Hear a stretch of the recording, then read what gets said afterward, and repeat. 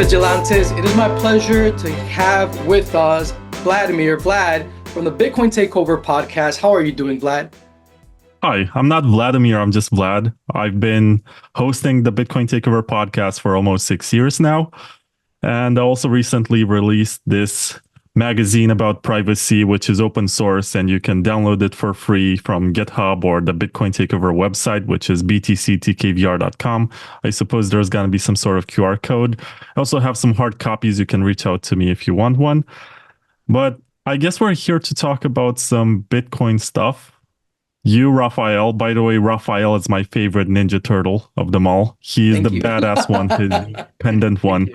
He's the one who doesn't obey orders, and that's what I like about characters in general. He's the cool character, not Michelangelo. That one is just the goofy one. It's Raphael who really caught my attention since I was a kid. So just a random, I also like Raphael the painter, of course. I've visited the Vatican. I've seen some of his works, but yeah, cool name. Awesome. Well, I'm happy. I'm happy. I this is my grandfather's name, so I'm just happy to pass it along to future generations. And I'm really happy you're here. And before we got started, I told you that the way you have your mindset has changed in Bitcoin, because I followed you, and correct me if I'm wrong in anything, in any way that I describe you. I saw you as a maxi for many years. And then I think it was around the time when we had the conference where Trump spoke in Tennessee that you pivoted and you became for me like a canary in the coal mine. Like you became someone who is pointing out, hey, there's a problem here. And I'm pretty sure a lot of people took a dislike to your newfound direction in calling out things that you don't see being good, healthy, or advantageous for X, Y, or Z reason. So what has your journey in Bitcoin been like, and what made you move from from Bitcoin to becoming so enthusiastic about privacy? Well, I've always been enthusiastic about privacy. When I was a student and I was about 20 years old, I saw the Revelations video by Edward Snowden. And I knew I wanted to write a thesis about internet privacy.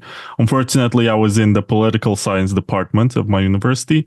And my supervisor told me, Vlad, you should write something about elections. So I ended up writing a thesis about online elections, which was still exciting, but not exactly what I wanted. So it's sort of something which I have pursued, and it precedes my discovery of Bitcoin. Once I did discover Bitcoin, I was foolish. There's this saying that basically what you think Bitcoin is turns out to be actually Monero or Zcash, because these actually have the privacy that you expect when you first get into Bitcoin, when you believe that this pseudonymity actually works. But once you're past that and you figure out that basically blockchain analysis has caught up, and not only have they caught up, but they're way ahead of what we're doing, and Bitcoin privacy is only getting worse with Samurai getting arrested and Wasabi Wallet getting shut down. That's one of the alarms that basically it was like the check engine light on my car that made me stop and wonder, what am I doing here? Of course, there was the Nashville event when I felt for the first time that Bitcoin is going mainstream. You have all of these politicians getting on stage, kissing our asses. I think RFK sucked our dicks. He didn't just kiss our ass. Sorry for the profanity. But he spoke like he was on some sort of super bullish Bitcoin podcast, and he had all the buzzwords, all the references. He said he's going to name Jason Lowery Secretary of Defense or something, and he's gonna buy Bitcoin and establish a reserve and no capital gains and no nothing, and you're basically superhuman if you own Bitcoin in the United States of America, and he's president. I mean, it already seemed off, and you have to ask yourself a very important question. Once your enemies become your friends, and it happens suddenly, you have to ask yourself why. And of course, the foolish answer is always that, oh, well, they finally understand how it works. But what if they understand how it works and they want to control it? Because that's an important part of it. I think I've become more wary of what Bitcoin can become once Michael Saylor landed on the scene.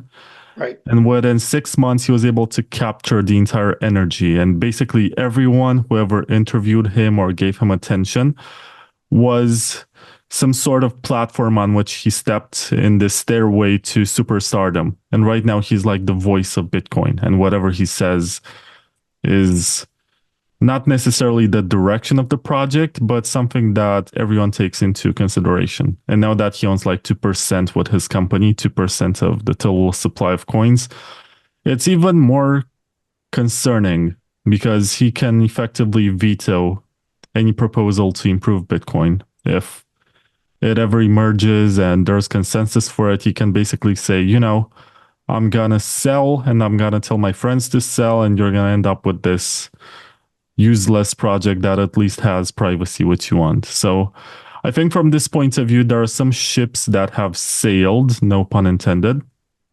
but it is disappointing when you realize that for me, being a Bitcoin maximalist means that you look at altcoins and all the other projects as experiments and sandboxes for technology that could have been on Bitcoin that didn't have the necessary support to get added to Bitcoin.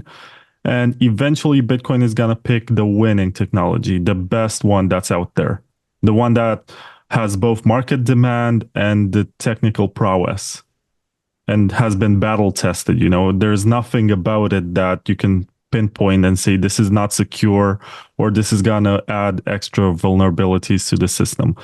But if the culture is so obsessed with just treating Bitcoin as a pet rock and not making any changes because changes are detrimental to institutional adoption, I don't know. There's also this interview that came out this year. I'm not sure how many people remember. There is this guy, the CEO of Palantir. His name is Peter Thiel. I'm pretty sure you heard about him. And he says that his friends at the FBI are actually happy when criminals use Bitcoin as opposed to cash because that one is easier to trace.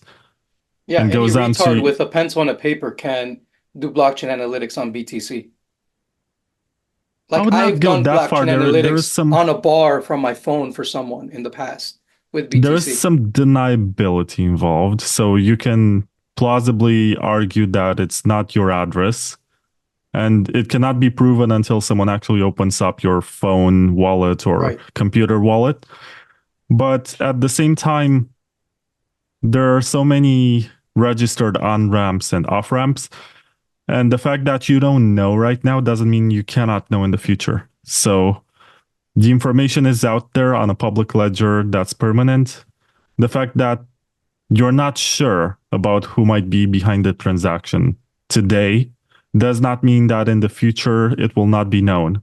And that's concerning, and people don't seem to care about it.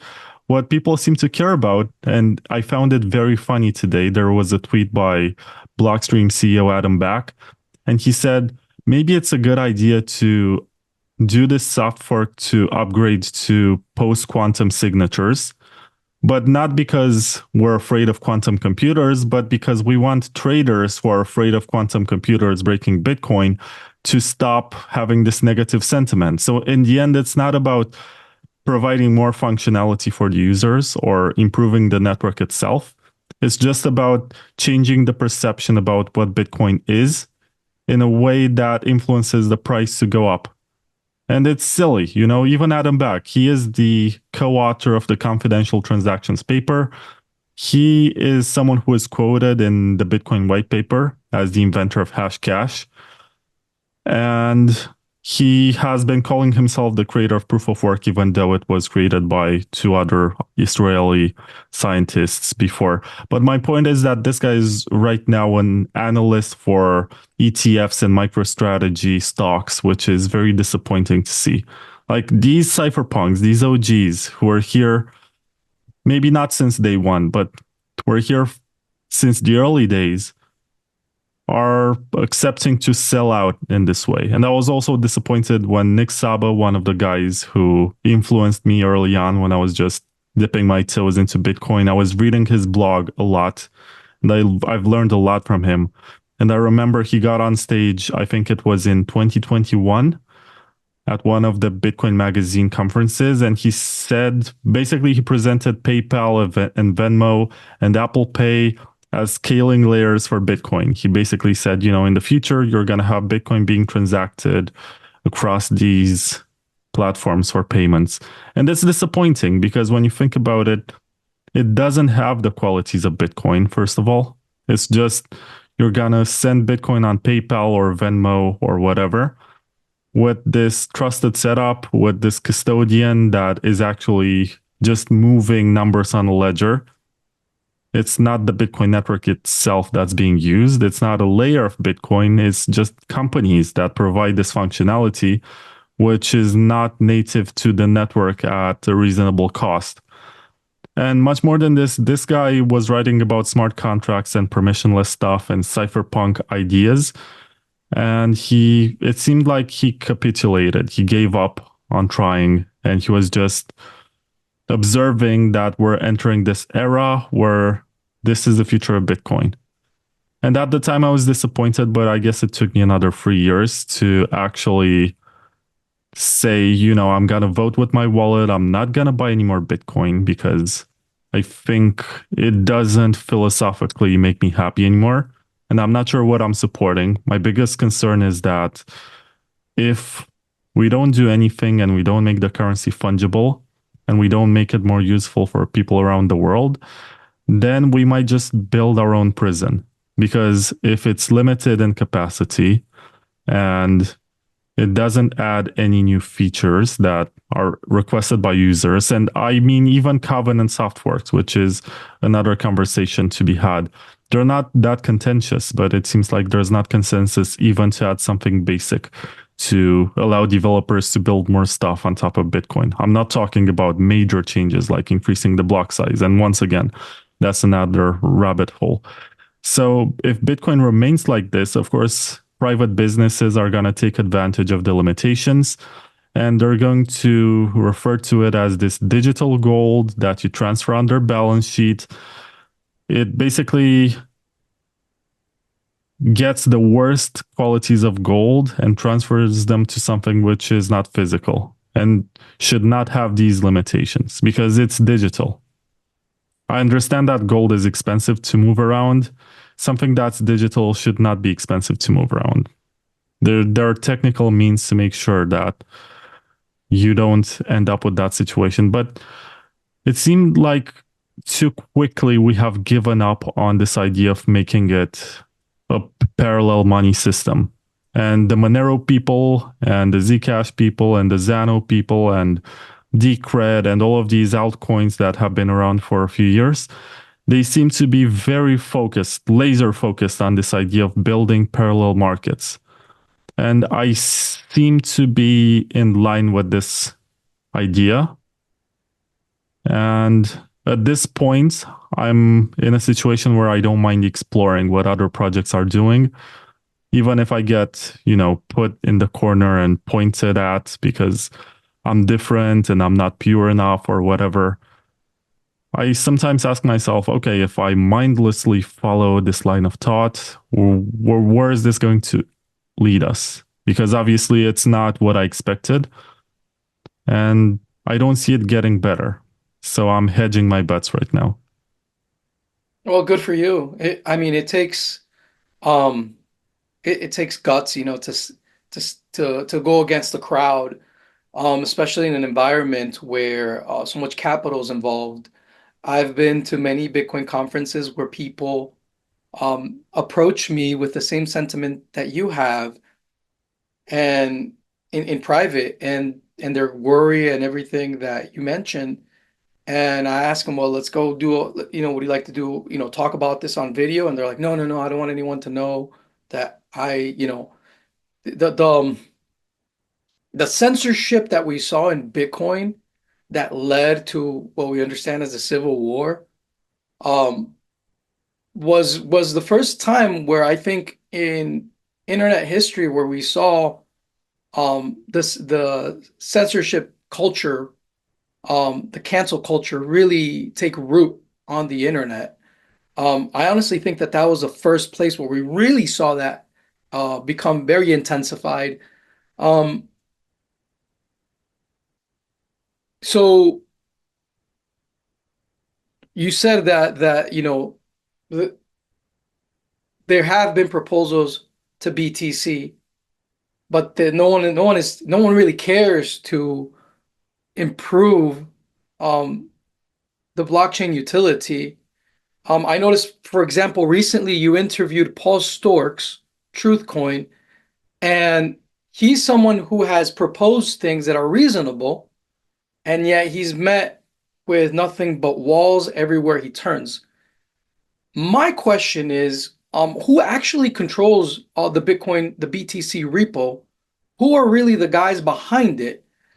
I don't know. I stopped following BTC that close a long time ago. Um, After I saw what happened, it was pretty obvious to me, and I lost interest in BTC as a project because I knew where it was going, and so for me to see Larry, you know, be this BTC becoming something that someone like Larry Fink really embraces, it's obvious to me that who was really involved pulling the strings. Um, from your understanding, who really controls the Bitcoin repo, the BTC repo, and who really calls the shots? Because the bit process is one where we've seen many good proposals since the fork of 2017. We've seen many good proposals in and yet nothing really gets enabled. If you read the Lightning Network white paper, for example, Section 12 tells you that the block size of BTC would have to be 133 megabytes in order for the Lightning Network to be, readily available for mass adoption. Even the Lightning Network white paper says that. So when you tell me that someone like Adam Back is enthusiastic about making changes to the protocol to appease the Wall Streetization of Bitcoin, um, that's concerning to me. So who really is in charge of BTC, Vlad? As best as you understand it, who's in charge of Bitcoin? Well, officially nobody, it's this community project which lacks any sort of governance system. There is no voice of authority that can dictate what's going to happen. But there are some, I guess the market incentives are the ones that push people to agree on stuff. Right now, I think there was no major reason for anyone to do anything because they got rich doing nothing. So So the incentive, right, who has the keys to Bitcoin Core is my question. Do you know? the keys to Bitcoin Core is a Yeah, very difficult term to define. If you mean in terms of who's the maintainer of the code, you yeah. have someone named Ava Chow and Gloria Zhao, and they're the ones who are the most active maintainers right now. Ava Chow mentioned recently they're all under this PTSD from getting sued by Craig Wright, and they're afraid to fight to the point that they say anything that causes controversy is not going to get merged into the code. So But I mean, this Craig is the Wright lost, so I don't understand how that's still an issue. well, they're afraid of another Craig Wright or another situation like that. So they're not willing to fight. Whatever happens, they're just going to say, we only write the code and then hide whenever something controversial happens. And they're gonna try to avoid this situation of controversy, which means probably we're not going to get privacy into Bitcoin or something meaningful that makes it private. Or if we get it, it's not going to come from Bitcoin Core because that's another conversation to be had because Bitcoin Core is not Bitcoin. Bitcoin is just this idea, this protocol. Bitcoin Core is just the most popular implementation and the continuation of the one that was left by Satoshi. But there's also LibBitcoin, which is being maintained by Eric Voskill. And that one was actually optimized to the point that you can synchronize a full node in less than 1 hour. But it's not popular mostly because it has no graphical user interface. So it's mostly made for exchanges and miners and other people who are working with command line. Is this the It, same Libitcoin that Amir Taki and Cody Wilson worked on with Dark Wallet? it is. It's the Oh, same lib okay. Bitcoin. It's still being maintained. Oh, nice. And anyone can write their own client if they want and add the future features that they want as long as they are in consensus with the rest of the network.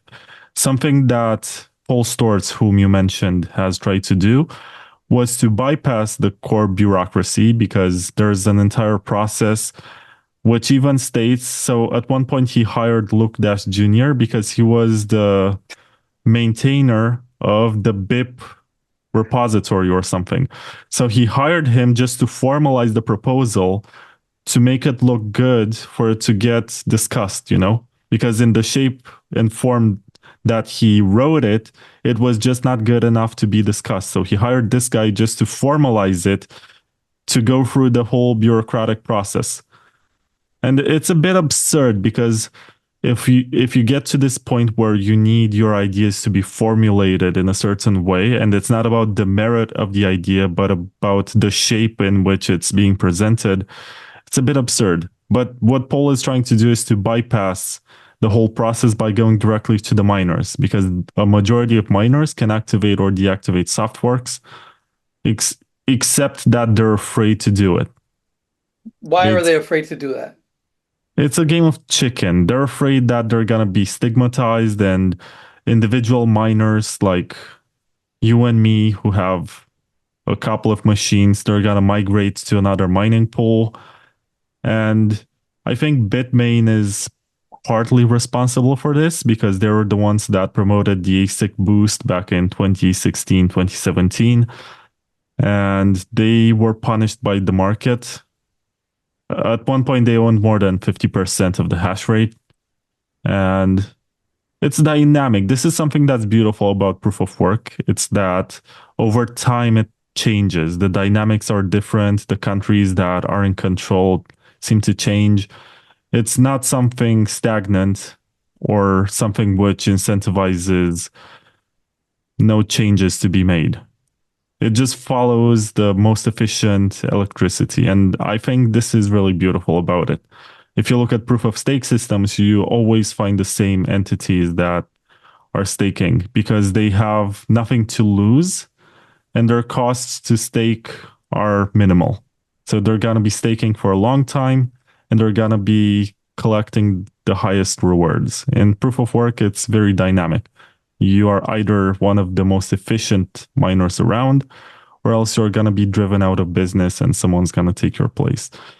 But it's a bit saddening that not even the miners have the courage to say, this is a good idea. It's advantageous for my business model to support these sidechains. So let's give it a try.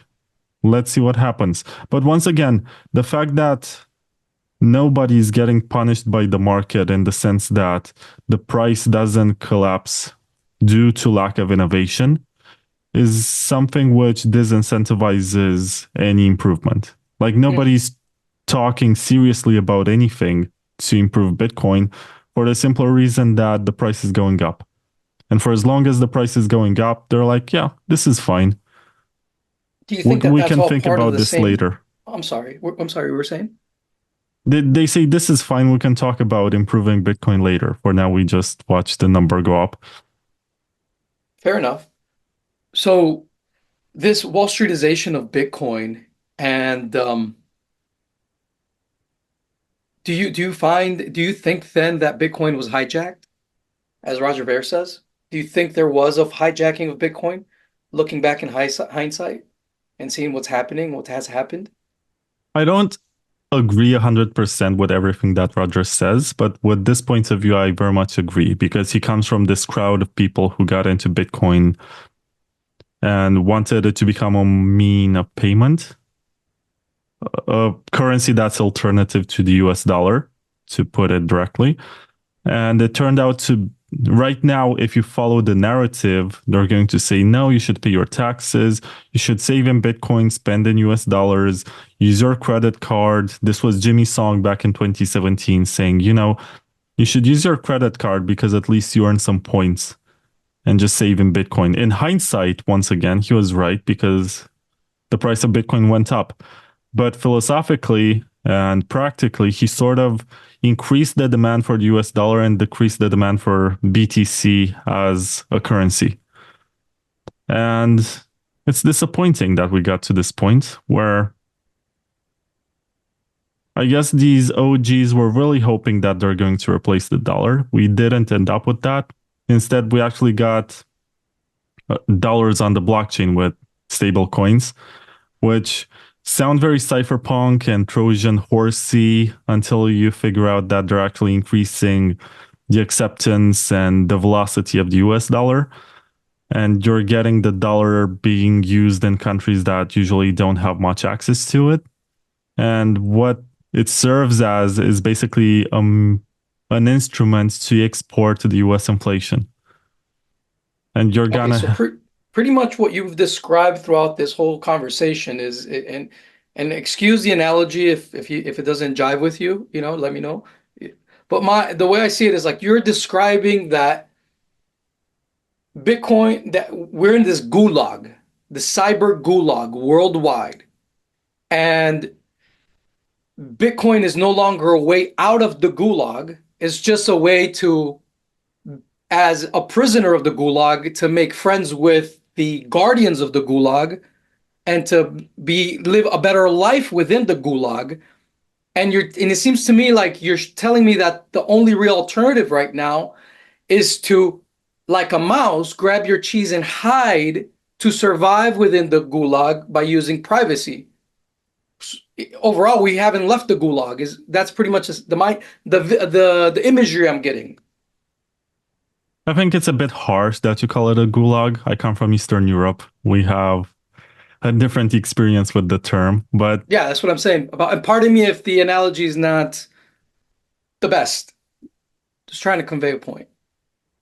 yeah, so it is to a degree a prison that we're building in the absence of monetary fungibility or significant scaling for payments. Because this is not very talked about, but if you have very few transactions in a block, you also cannot have significant privacy unless you have basically a mixing of the whole block, something like Decred is doing right now. But you cannot have significant privacy if you have very few transactions. And of course, you can have privacy on second layers, but none of them has been very efficient at both gathering liquidity and getting users to onboard in a way that's not custodial. I used to be a Lightning node operator for most of 2021 and 2022. I've lost a lot of Bitcoin and fees just trying to manage that node, trying to offer liquidity and, balance channels and be a route for the network. It was sort of a sacrifice. And in hindsight, I have some regrets. Actually, no, it was a pretty good education for myself. It's the price you pay for learning, but I would not do that again. And I think it's a bad design overall for users and the workarounds in which they say, oh, you should use an LSP, which is a Lightning Service Provider. And that means basically somebody else's computer, but with your own channels for which you pay. It's still not as censorship resistant as I would want it to be. So, of course, you get your money back if they get shut down, but that's not what I signed up for. I signed up for this currency that's censorship resistant, that can fight with the global financial system. But what I got is something that's trying to be as compliant as possible. I think the peak of the hypocrisy was when businesses and I'm not pointing fingers, I'm just presenting an example. So something like Swan Bitcoin in the US or Relay in Europe, they virtue signal so much about the fact that they have no shit coins. But at the same time, they're the most compliant of them all. Whenever there's a new regulation, they are the first ones to implement it. I think Relay at one point told users that if they don't want to submit the forms for KYCing, they can just enable location sharing within the application, and they're going to have enough information just from the location of the user. It's absurd, because they're so eager to accept regulations and get in bed with bankers. And their entire marketing is, we are pure, we are Bitcoin only. But at the same time, you see, I guess, more interesting exchanges like BISC, like Bison Wallet, like what's the other one? Simple Swap. There's a bunch of them. And Dude, what they do basically is to be wallets in your computer that use for swapping between different currencies. So you can swap between Bitcoin and Litecoin and Monero and Zcash and USDT if you're into that. So basically it's a parallel market where you trade peer to peer with other users. And at the end of the day, you get what you want for what you have. And I think that's really beautiful. It's exactly what I signed up for. I wish there were nicer interfaces for it. I wish there was more liquidity for stuff like this. But it is what it is. I guess we're all responsible for the situation that we created, and we should spread the education and make more people aware that there is some sort of exit from this after all. There's a way to opt out. It's just that it's not the most obvious one. It's not the one that's going to get recommended to you by a Google search for how to buy Bitcoin or how to buy Monero or something else. It's just right. something you have to discover in your journey. So, before we move on because this topic is really serious, I'm going to put a little humor into this. An anecdote, one day I was out clubbing in South Beach. So I was just clubbing and had a t-shirt on with the Bisc logo. I had the Bisc shirt on me, right? I was like, yeah, yeah, I'm clubbing. Who's gonna know this is Bisc, right? The Panther. And all of a sudden this dude comes up to me, he's like, hey man, I love your shirt. I'm like, thank you. And I'm like, do you know what this shirt is? And the dude was like, well, I'm the founder. I'm like, nice to meet you. It's just completely crazy, out in the wild, would have never expected that in my life. And it was one of those, controversial shirts, that say controversial things. And I'm like, I don't want to be I don't want to stand out in the crowd too much. I got to keep my OPSEC. So I was just showing the logo in the front and hey man, I guess it was meant to be. I met one of the founders like that, or the founder. I don't know, one of the dudes. I don't even remember what he looked like, but it was the dude. We had a cool conversation about Bisc. So Vlad, why did Satoshi give us so many opcodes that we don't use anymore? Why is it that now everyone in Bitcoin realizes the power of script and that we could do smart contracts on the Bitcoin blockchain? Why was that? What was the purpose of all that? What was the purpose of microtransactions on chain? What was the purpose for the chain of digital signatures between wallets? Um, like he put all of this together for a reason. And it's obvious to me that Bitcoin was not meant to be a privacy coin. It was meant to be something else. I'm trying to figure out what that something else was. What do you think? What do you think that something else was? And I have a suspicion that that something else is that Bitcoin is something that really threatens the establishment and something that, to be completely honest, they want to keep us away from fully embracing and acknowledging and knowing what the fullness of Bitcoin really means to the world. What are your thoughts on that? Well, first of all, I have to break the myth of this genius, brave Satoshi, because Satoshi Nakamoto was not a great coder. You can ask any seasoned C++ coder to look at the printf instructions that are in the zero point 0.1 version of Bitcoin. And they're going to tell you, this is hacky. This is like putting together pieces with duct tape or something. So it was a good idea. It wasn't necessarily the best way to implement it. It has been massively refined over the years. What Satoshi put into the first version of the code was a broken game of poker and also the beginning of a peer-to-peer marketplace.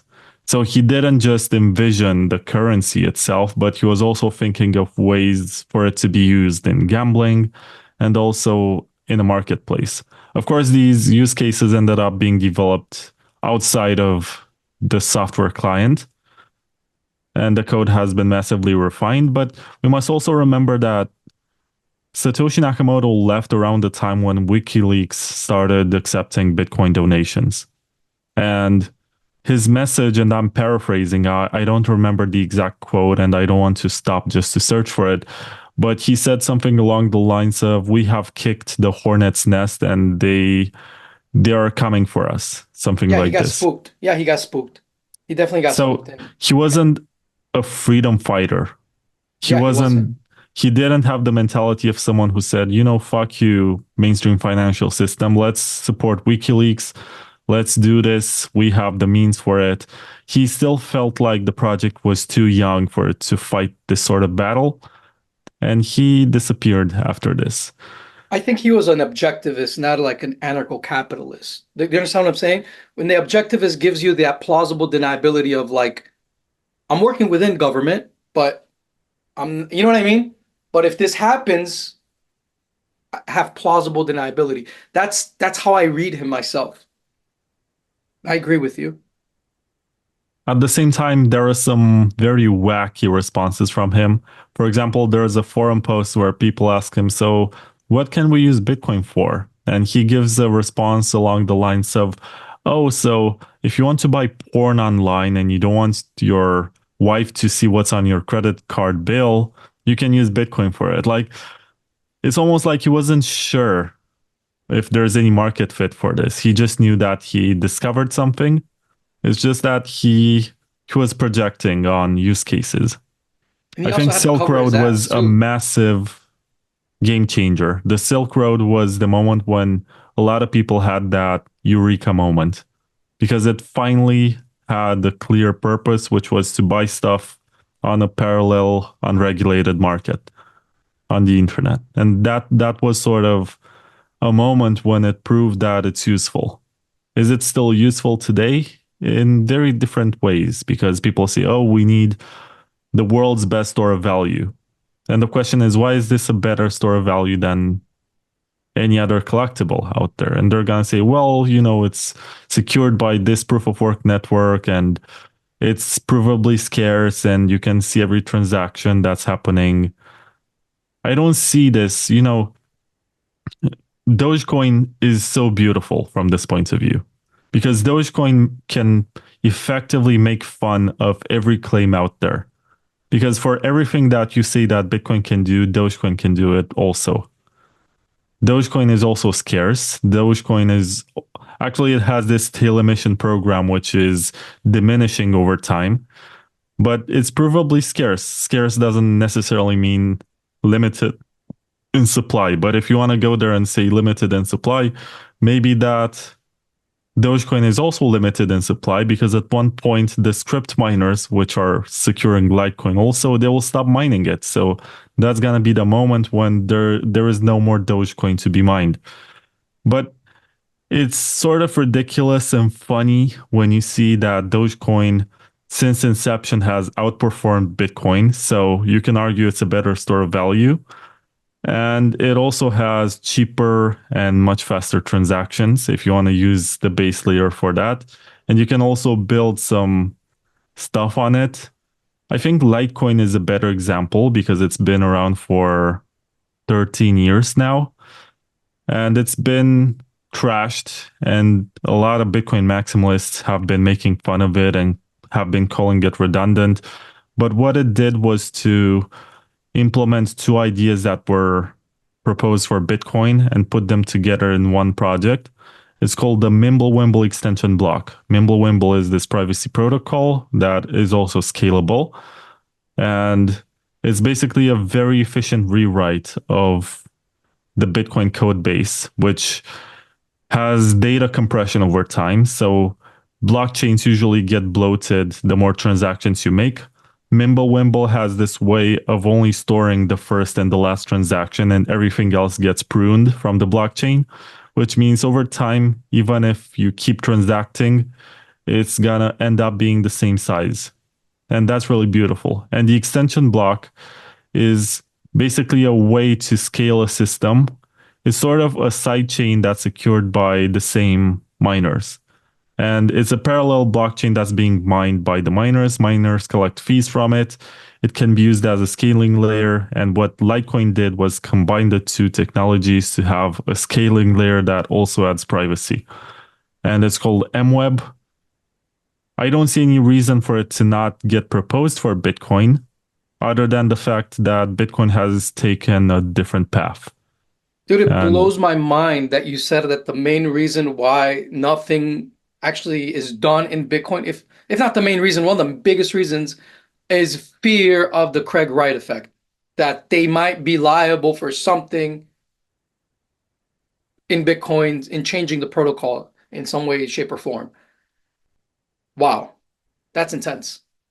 That's I intense. did meet, so I don't want to disclose too much because this guy is very private Sure. and you can't even find a picture of him online. But I did meet Vladimir van der Laan one time.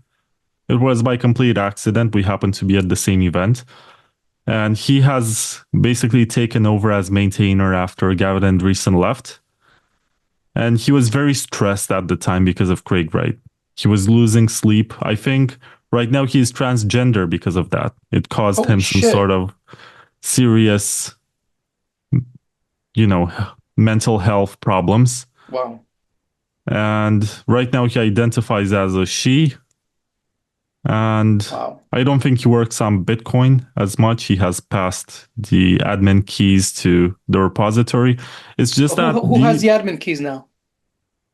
I told you it's Ava Chow, who used to be Andrew Chow, so he's also trans right Oh, now. really? And there's Oh also shit. Gloria Zhao, who, Is that also a trans? no, that's a biological woman who Whoa, is still a glory woman as Jesus far as I Christ, know. man. Whoa, dude, what a revelation, bro. No, dude, I'll be completely honest with you and to the audience here. This entire Bitcoin experience is extremely, if you're an atheist, whatever, if you're not a theist, call it a psychological phenomenon. But as a theist, it's a spiritual arena. 100%. Money is the expression of our energies in the market. The medium of exchange that we use is very powerful. Where the focus goes, the energy flows, right? So bombshell, Vlad. Wow, that's intense. So just for the Wow. record, I don't care what they do with their private life. I just judge them by the code that they produce. It's just that Andrew, who is now Ava Chow, has expressed this idea that he or she is against anything controversial for Bitcoin to merge it because there's a fear of legal backlash whenever someone is upset about anything or whenever there's some sort of state actor that is trying to go after them, they don't want to deal with it. I think it's about time that a team of more brave and willing developers either creates an alternative client that gets traction or else shows them how it's done, But see that because those guys are not around. They're not they're going to show on up. Monero, they're on Zcash, they are in other projects. Well, okay, I'll give you an example, right? Udi from BTC, right? Very popular guy. He's been promoting OpCat, right? He even got everyone to buy the cats, right? Everyone wants OpCat. It's obvious that there is a very vibrant, there has been a very vibrant on-chain economy in BTC, although transaction fees are high, people don't care. And yet we have another Paul Storks moment where where's OpCat? I don't know. I hear of this great script restoration that Rusty Russell is promoting, but who's going to get through the bureaucracy, right, to implement it? Yeah, so opcat is basically an opcode that was included by Satoshi Nakamoto in the initial stack. He removed it himself when he was afraid that it can cause basically concatenation is also an operation you can do in Excel where you have two rows. And let's say that the first row says 1, 2, 3, and the second row says ABC. And if you concatenate them, you're going to have 1, 2, 3 ABC on one row. So that's the way in which it works. You can take two different sequences of code and put them together to fulfill different functions. Satoshi was afraid that you can basically use this in a loop to crash the entire system, to overload the memory of nodes and crash every When the node network was on the network. small, when the network was small, When you the could. network was small and there were no practical limits to what you can do.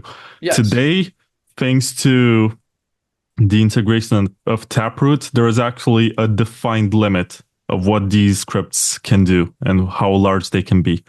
So the amount of damage that they can do potentially is physically restricted right now. So it is known. Also, there is a complete rewrite of the opcat code to be in this tap script language of Schnorr signatures and Taproot. So it's slightly different. It was rewritten by a guy named Ethan Heilman, and I spoke about this with Andrew Polstra, who is the chief scientist of Blackstream, and he was on my podcast earlier this year. You can listen to that if you want. Awesome.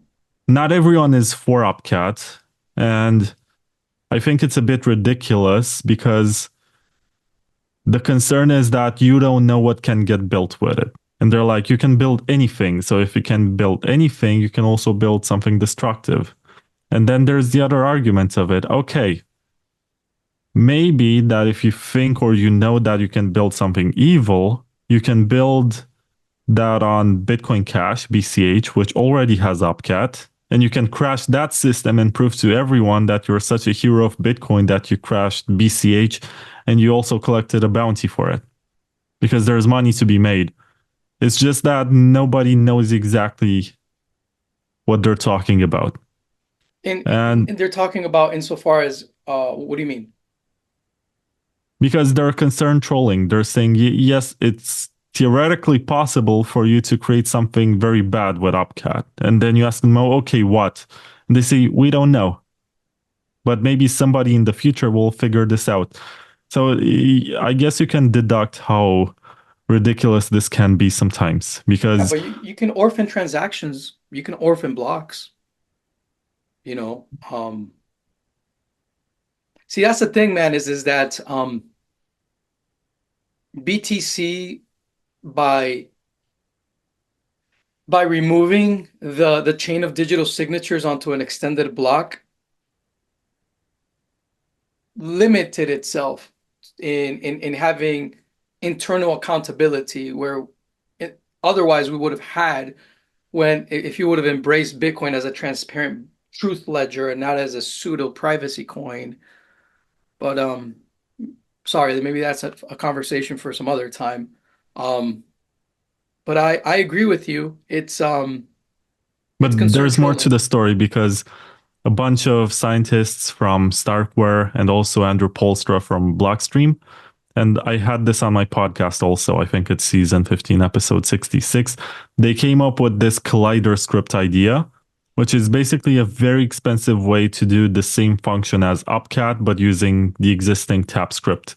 So what this does is to prove that you can already do what opcat is proposing without a soft fork, but with the cost of tens of millions of dollars.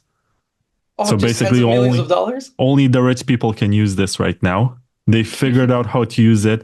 And this is their way of saying, if you're so concerned that opcat is going to destroy Bitcoin because some state actor is going to do it, well, here it is. State actors do have tens of millions of dollars. If they want to destroy Bitcoin, they can do it today. Jesus Christ. Here's the tools for it. Have fun. Wow, dude. Yeah, this is BlackRock vision, Larry Fink vision. It's Wow. It's intense. Very, very intense everything you're revealing to us, Vlad. I'm I not really appreciate revealing it. anything, this is all Open public source record. knowledge, but people don't know. I didn't know what you said, the things you've been blowing me away with. I don't follow BTC closely, Vlad. I was very much on the big blocker side. I still am. And I see that if we don't have a big block Bitcoin, the only thing humanity is gonna have is a run to privacy, like Monero. Like that is the last like hope, right? Is like running to privacy. But I always saw Bitcoin as specifically Bitcoin's computational power at scale, including its microtransactions, to be the engine which outcompetes the technocratic, um, the cyborg theocracy that's just growing around us. And so that's why I think this all really happened, is because Bitcoin was and is the fullness of Bitcoin is a threat to big tech and Wall Street. That's my honest opinion, 100%. Um, do you share in that? Do you think it's just happenstance that things just happen? What's your opinion? I think I'm ideologically aligned with what you're saying. For many years, I hoped that second layers in Bitcoin are gonna fix the need for big blocks. So, for example, I supported the Lightning Network and I did watch every stage of its development. I think before it was on BTC, it was being tested on Litecoin. And when it was being tested on Litecoin, I actually tried to run a node and I burnt an SSD Hmm. doing it. So I was sort of a You burned an pioneer. SSD doing? Yeah, I guess it was a shitty SSD, but my point is that That's I wow. actually have the proof of work. I actually destroyed something to be part of this movement. And it's interesting because in the beginning, it was this grassroots movement saying, yeah, let's all support Lightning. It was reasonable. Then they said, yeah, we have these. No, they said it's very technical at this point, but you can use this custodial wallet for small amounts just to test it. And I was like, okay, it's reasonable. Then they came up with easy node solutions so that you can run a node even on a Raspberry Pi. And I think to me, that was the most exciting part.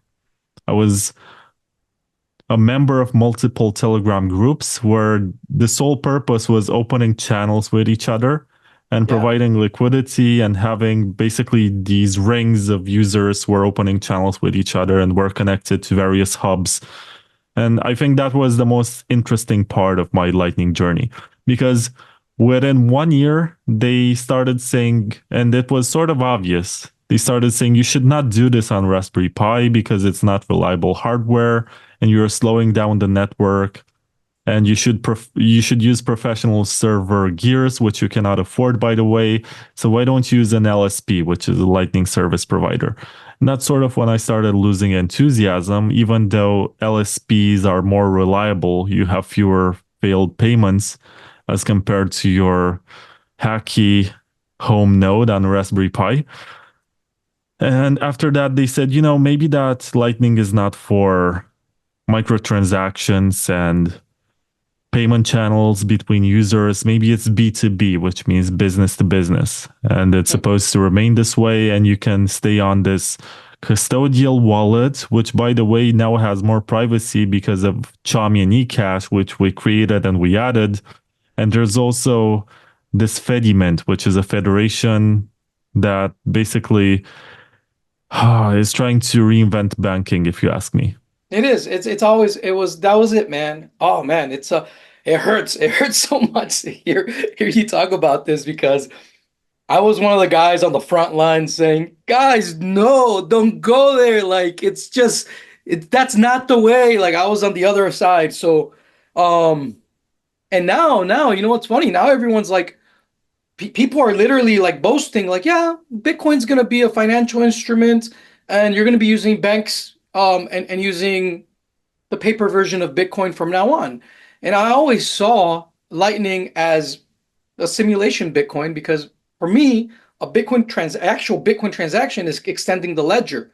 Now, if I give you the private key, if I hand over you the private key, that's another way of passing Bitcoin on to someone else. But notice that what I'm handing to you is still on the blockchain, right? Remember little dime things that they were passing around? I think those are cool. Still on the blockchain, bro. We haven't left the chain. I'm just giving you my signature here. Boom. So, man, it's sorry for for cutting you off, man. Were you saying were you done with what you were saying? Pardon me. No, I think you completed my argument beautifully because in the end, we go back to banking and it's disappointing. It And I is, man. remember when I first saw one of my friends with one of those fancy Binance cards saying, I can spend my crypto with this. And I was like, why? Why would you ever want to do this? The point is not to get integrated within the financial system and have this fancy Visa card that lets you spend the coins from your account, which, by the way, are held by a custodian. So, how is this even different from having a regular bank account? And It's yet, just so disappointing that we it got to is. this point where it's normalized. That's no longer the exception, it's part of the norm. And people come here with the expectation that they're going to get rich. I remember I had Chris DeRose on my show back in 2021, and I did have him two or three more times since then. But at the time, he told me that to him, in his current understanding, Bitcoin is just a way to make more US dollars. And my Jesus my Christ. response to him was, well, that's a very US centric perspective on it because a lot of people around the world use Bitcoin as a tool for freedom. Yeah. And that's not entirely false. It's just that it seems like my perspective has diminished in scale. And it seems like the global south, the part of the world about which everyone virtue signals, has embraced USDT and other stable coins because they seem to want the dollar much more. And it's not even decentralized. It's not even censorship resistant. It's just at the mercy of this Tether company or Circle, which issues USDC. And on the other hand, the Yeah. perspective that Bitcoin is a mechanism to make more US dollars has become more popular because the store of value narrative is prevailing. It was never, as far as I remember it was never clearly a distinction between store of value and media of exchange. Bitcoin was always supposed to pursue both of them. But it seems like the balance between them is being meddled. I don't know how else I should describe it, but there's more support for the store value function. You get Donald Trump telling you to never sell your Bitcoin. You get Michael Saylor to go on 3 hour podcasts making up shitty metaphors about what Bitcoin is, like someone who never used it. Like he probably never sent a proper transaction by himself. But you don't get too much news about Bitcoin being used as money. And the reason why I'm on your show right now is because you saw a tweet of mine. Today, there was this proposal by the board of Microsoft, and they had to review the idea that they should add Bitcoin to their balance sheet because they have a lot of money to invest around. And I guess someone proposed to them that they should buy Bitcoin, and they said no. And it seems like the market reacted to that, and the price crashed a bit. And I tweeted that I don't care about Microsoft buying Bitcoin. What I care about is that Microsoft accepts Bitcoin payments for their products. And I guess this brought back some memories from people who remember when Microsoft was actually accepting Bitcoin Yeah. back in 2014. Yeah, exactly. And it seems like adoption in terms of acceptance for goods and services has only gotten worse. And we still go back to gift cards. We go back to hacky ways like this intermediary that's actually buying stuff with US dollars and you pay them with your Bitcoin and stuff like this. But we don't have direct acceptance of Bitcoin as a currency to the same extent as it was maybe 8 years ago. Interestingly enough, now that you mentioned gift cards, the first Bitcoin entrepreneur to create a gift card called the GYFT card, Vinny Lingham, he recently tweeted that it is only reasonable moving forward, regardless of what you think or whatever, given everything that we've talked about in this conversation, that you have a hedge on BTC with big block Bitcoin BSV. He said he should have 5%. That's what he said. I completely agree with him because I don't know about you, but I think that look, I'll tell you this, man. I think Tether will continue for as long as central banking and fractional reserve lending exists. There's no stopping it. Now, the Sailor MicroStrategy, what I refer to as a Ponzi, I mean, that can change overnight. What is your opinion on MicroStrategy? Do you think it's a Ponzi or do you think it's another Tether like set of instruments that are just leveraging off the debt base, machinery of theft? I'm not sure if it's a Ponzi, but it sure looks like a pyramid scheme, and there's a slight distinction to be made there. But I don't Okay. have any strong opinions about it because I don't care that much. I don't follow it. I know that at one point it will collapse. It's only normal in markets. If I was to make a prediction, at one point, I do think that MicroStrategy is going to end up just like BlockFi or FTX before them. But I guess it's a matter of when, and it's very hard to predict when, especially when there's going to be. So we have to put this into the right political context, right? FTX imploded, and also Celsius and BlockFi under the Biden administration, which also orchestrated the Operation Chokepoint 2.0 fiasco. So we have to think about it in this way. If we're going to have a US administration that's going to be friendly to Bitcoin and cryptocurrency, then I guess these matters will be ignored or supported to a greater extent. So maybe that MicroStrategy will thrive over the next 4 years or more.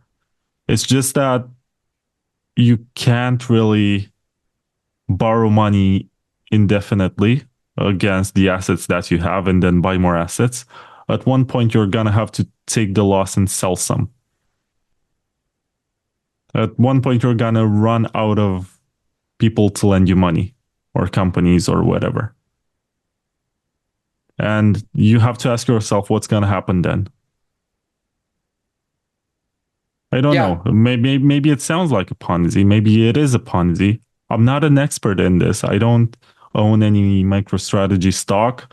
I'm very disappointed when I see people wasting their mental energy looking into it.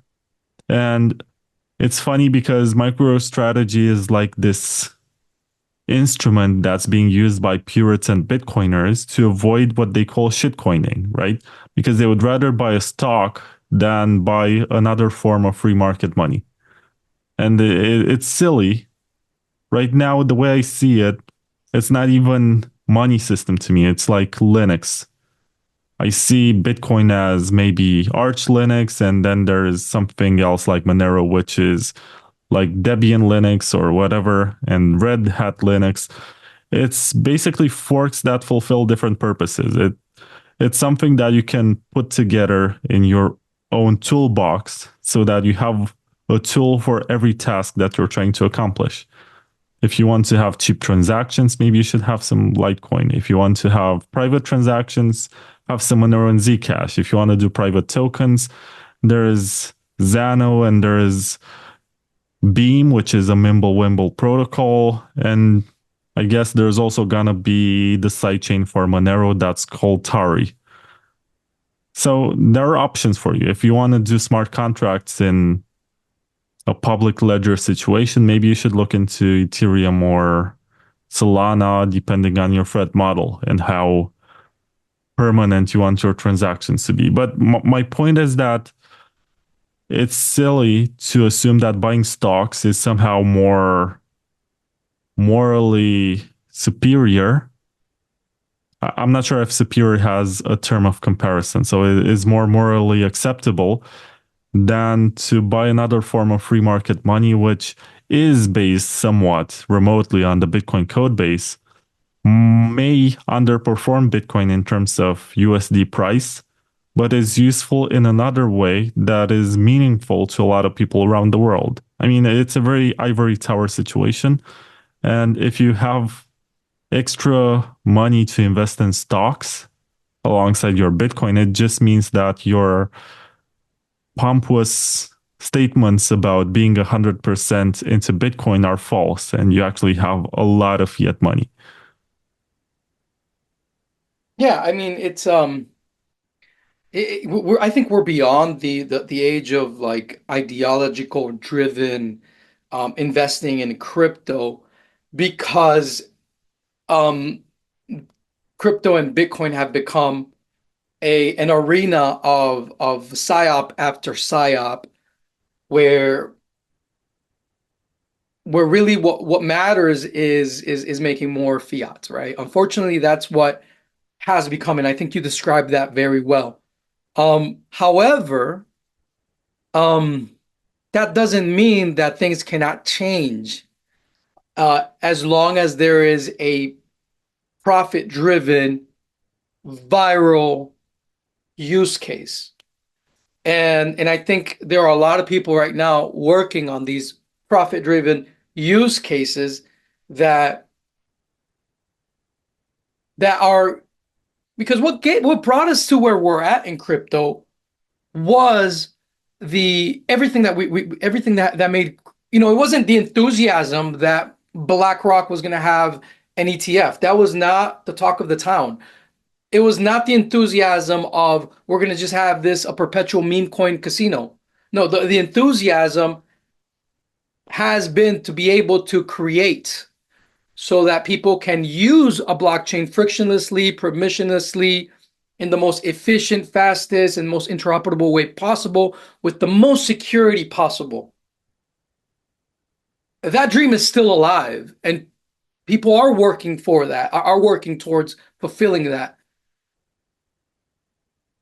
It's just we're at a moment in time right now, and I talked to you about this before we got started, where we have things like cursor.com, where people are writing into computers and the AI is doing the work for them, the coding for them.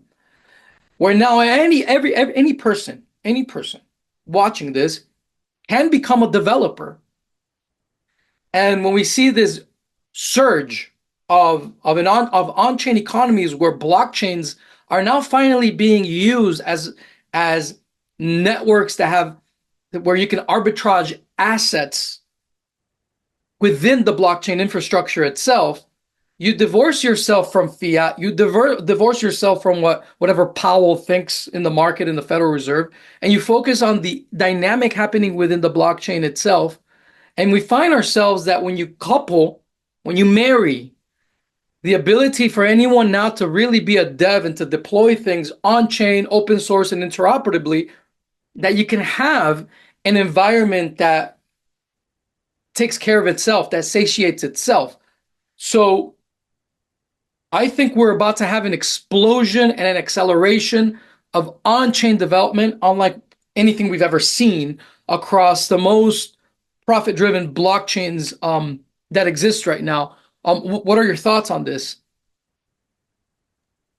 Well, I think automation is nice. And the way that I see AI right now is just the way. So in music, for the longest time, you have had instruments that you had to learn how to play, right?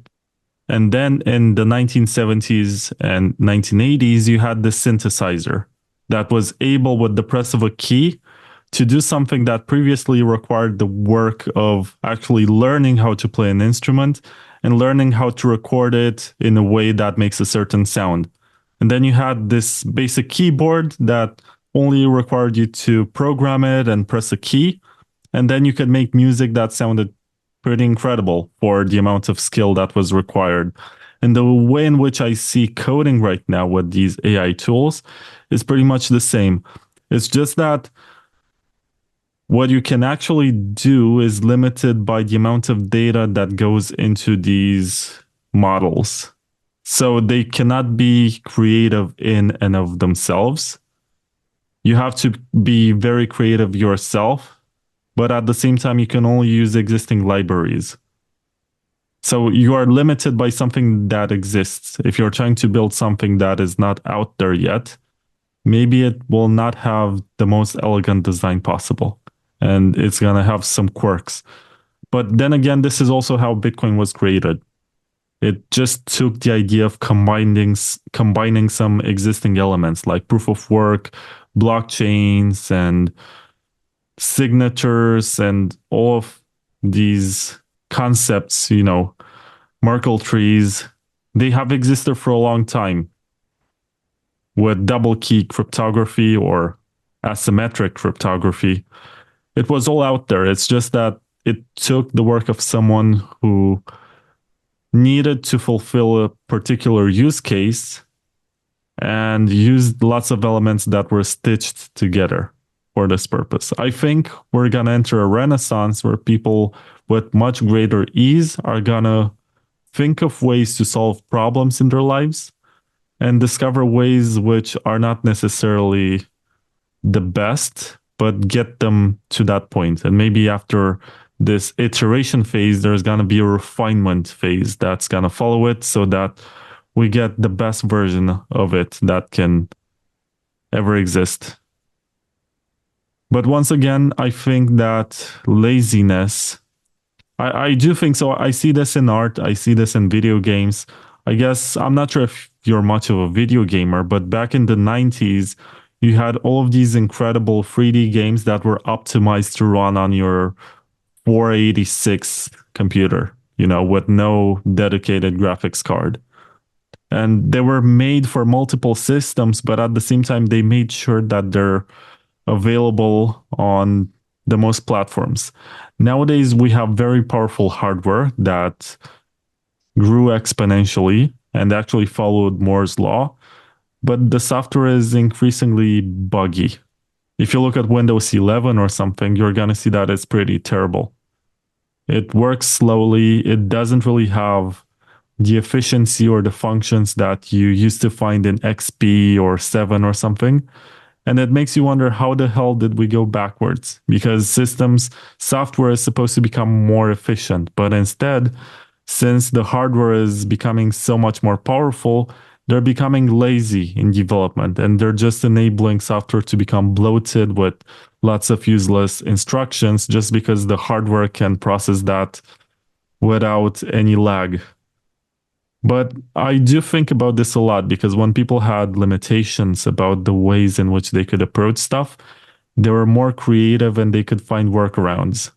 But when you have unlimited possibilities, people tend to get lazy. So I do hope that cursor.com is going to get more people to create as opposed to just get lazy and complacent and think that it's always going to be this way. So like to call back what your description of Satoshi, and you said he wasn't a great dev, and that people came in and they refined the code that put Bitcoin together.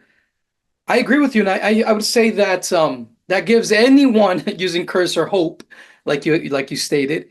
But on top of that, I would like to emphasize that Satoshi was a great architect because he was able to grab all of the ingredients available to him in technology and put them together in what I refer to as a symphony of aligned incentives, where we have even in its worst manifestation, in my opinion, of BTC, something that works and that has enough of what is necessary to gather people around it. I think Satoshi gave us more tools in Bitcoin that are yet to still be discovered by almost everyone in its original design. And I think that we are called to mirror Satoshi and becoming chefs ourselves by grabbing what Satoshi gave us, all of and everything available to us now, and to grab ingredients and create recipes that can be beneficial to other Bitcoiners on chain. And a beautiful example of this happened in 2023, where no one really understood. They had an idea of what ordinals was possible of achieving, and they would say that they would probably have on-chain exchanges or some version of a simplified payment, pardon me, a partially signed Bitcoin transaction exchange on BTC. And literally 2 days later, you had guys who had experience in messing around with the fullness of Bitcoin and BSV. They ran into BTC and had exchanges. You had Ordinals Wallet, OrdSwap, you had Unisat just popping around, and like active, vibrant on-chain communities. And even though there was limited space and capabilities within BTC, BTC became a thriving on-chain marketplace where now BTC itself became like an exchange of value of digital assets that in a lot of ways rivals the likes of Binance because there's more Bitcoin held in in self-custody than there is in Binance. So it's incredible how things can change overnight. And the crazy part of this story is that the gatekeepers in BTC tried, and they still try to do away with the phenomenon that happened with ordinals, and they were never able to do away with it. Like we saw with Ocean Mining Pool from Luke Dasher and Jack Dorsey. So what's your opinion on that? Like, how is it that some innovations, the innovations of ordinals, of runes, take off in BTC permissionlessly without having to deal with the bureaucracy, but straight up by using the on-chain infrastructure as best as possible from an entrepreneurial perspective? Like, and this was always my criticism of Paul Storks. I'm like, bro, you should just do something like this instead of trying to ask for permission. What are your thoughts? Yeah, I was a fan of ordinals since they came out. I'm actually ashamed of myself because someone tipped me off. He sent me a tweet and said, you should look into ordinals. And I was sarcastic and didn't spend too much time because at the time it was still on testnet. And I said, what about cardinals though? I thought I was being smart. But then I saw within a few weeks how this took off. It was amazing. I never expected this. So there's a video of Casey Rodermore, the creator of ordinals, going to an event in Atlanta, I think, where he was explaining to other developers how this works, and he was handing them sheets of paper with seed phrases that they could use to unlock some Bitcoin, and they could use to participate in his tiny experiment where they were going to mint NFTs on Bitcoin using this. This is an ordinal. There it is. It's my transaction. Here it is. Yeah, so yeah, isn't it incredible? But I think what the ordinal inscriptions did was actually reveal part of the high priest bureaucracy that's happening in the Bitcoin system, with guys like Jimmy Song who were obsessed with the idea of blocking them with a hard fork. And they're like, let's hard fork and leave them with this useless chain where they can inscribe whatever they want. And we can have our own where all of this is switched off. And I'm like, dude. And this was always the argument. Even the Blockstream people, Andrew Polstra, who is the chief scientist of Blockstream, he wrote an email and he explained, we can turn this off, but there are much worse ways to accomplish this. And the BRC20 people proved it. The stamps people proved it. There were always ways for you to put arbitrary data on Bitcoin, but it was too expensive. The difference is that there was no market for arbitrary data. So prior to the NFT mania, nobody knew exactly how to monetize this, how to make money off of it. But once they did figure out, I think ordinals are the most elegant design to accomplish this task, given the infrastructure and the way in which Bitcoin works. So what Casey did was pretty elegant, and he was able, I think it was one of the first times when Ethereum and Solana users, not only that they migrated to Bitcoin, they started running their own nodes. And that was incredible. And to see Luke Dash Jr., who has been obsessed with full nodes, he has his own website where he tracks the amount of full nodes on the network. And he considers that anyone who does not run a full node is not a true user of Bitcoin. And to see him lose his mind about it and establish a mining pool that's claiming to be on this religious crusade to stop the spammers and filter them out is pretty ironic. And also the reactions of others who are saying, Bitcoin is permissionless, anyone can broadcast transactions, blah, blah, blah, as long as they respect consensus rules. And then you get transactions that actually respect consensus rules, but include data that they don't like. And they start concern trolling like, oh my God, what's going to happen to Bitcoin if someone puts, I don't know, something illegal on the chain? And then you Yeah, tell them, I think the that was already craziest, there. pardon me. That was already there. That's been there for like 12 years or something because people figured out how to put data into Bitcoin when the block space was very cheap. And they put everything that you think is horrible. I'm not going to name it. It's just that it's already there. Just because you don't know about it because it's encoded and you need the proper, I guess, decryption software to be able to figure out what's there doesn't mean that it doesn't exist. So it's a bit hypocritical and ironic, but I think this whole ordinal mania has revealed the worst in a lot of people and has proved that even these guys who pose as libertarians and they talk about free markets and permissionless innovation, they can turn into dictators at the flick of a switch. Oh, 100%. That's what the history of Bitcoin showed us. And to be completely honest, Vlad, I think this was all like a government-driven operation that used libertarian rhetoric to confuse Bitcoiners and to make them think that they had to take ownership of Bitcoin to change Bitcoin for plausible, deniable reasons of privacy. When like real honest Bitcoin contributors who realized, like Amir Taki, I had him on the show, and he's like, Raf, dude, like after implementing Libitcoin and Dark Wallet, we realized right after that Bitcoin, there's no way to make Bitcoin into a privacy coin. So we pieced out because that's honesty. Honesty is Nicholas von Saberhagen saying, guys, if you want to really have privacy, you have to start from scratch, like with Monero. Um, so it was a ruse, man. To be completely honest with you, they use libertarian rhetoric. They use that desire against Bitcoiners, one of the biggest like crimes that they committed, a crime in a moral sense, was to look at this shiny object here. I'm giving you privacy in Bitcoin. I'm promising you privacy in Bitcoin. Follow me here. But what I really want you to do, I'm not telling you, is to psyop you into forgetting about this awesome computational power that Satoshi gave us. Bitcoin script, microtransactions. We never needed Ethereum. Like, fuck, man, there's just so much there that's still to be discovered.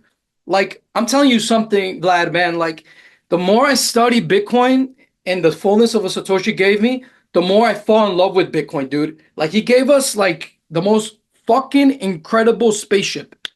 And that's why there's so much hate against it. Um that's why there's so much of that's why we've seen what we've seen, man. It's because that Bitcoin that Satoshi gave us would have never been accepted by BlackRock. Would not be shielded by someone like Michael Saylor right now. Because that Bitcoin that Satoshi gave us at scale rivals Amazon, rivals Google, rivals all of these lizards, dude. So it's yeah, I'm in it for the long haul, bro. The rest of my life, I'm pretty sure future generations will enjoy the fullness of Bitcoin because there's been guys like me that have committed their lives all over the world to preserving this. Like for us, take care of the chain of digital signatures, bro. The fullness of Bitcoin. This is something to us is like it's something sacred, bro. It's at that level. For us, it's sacred.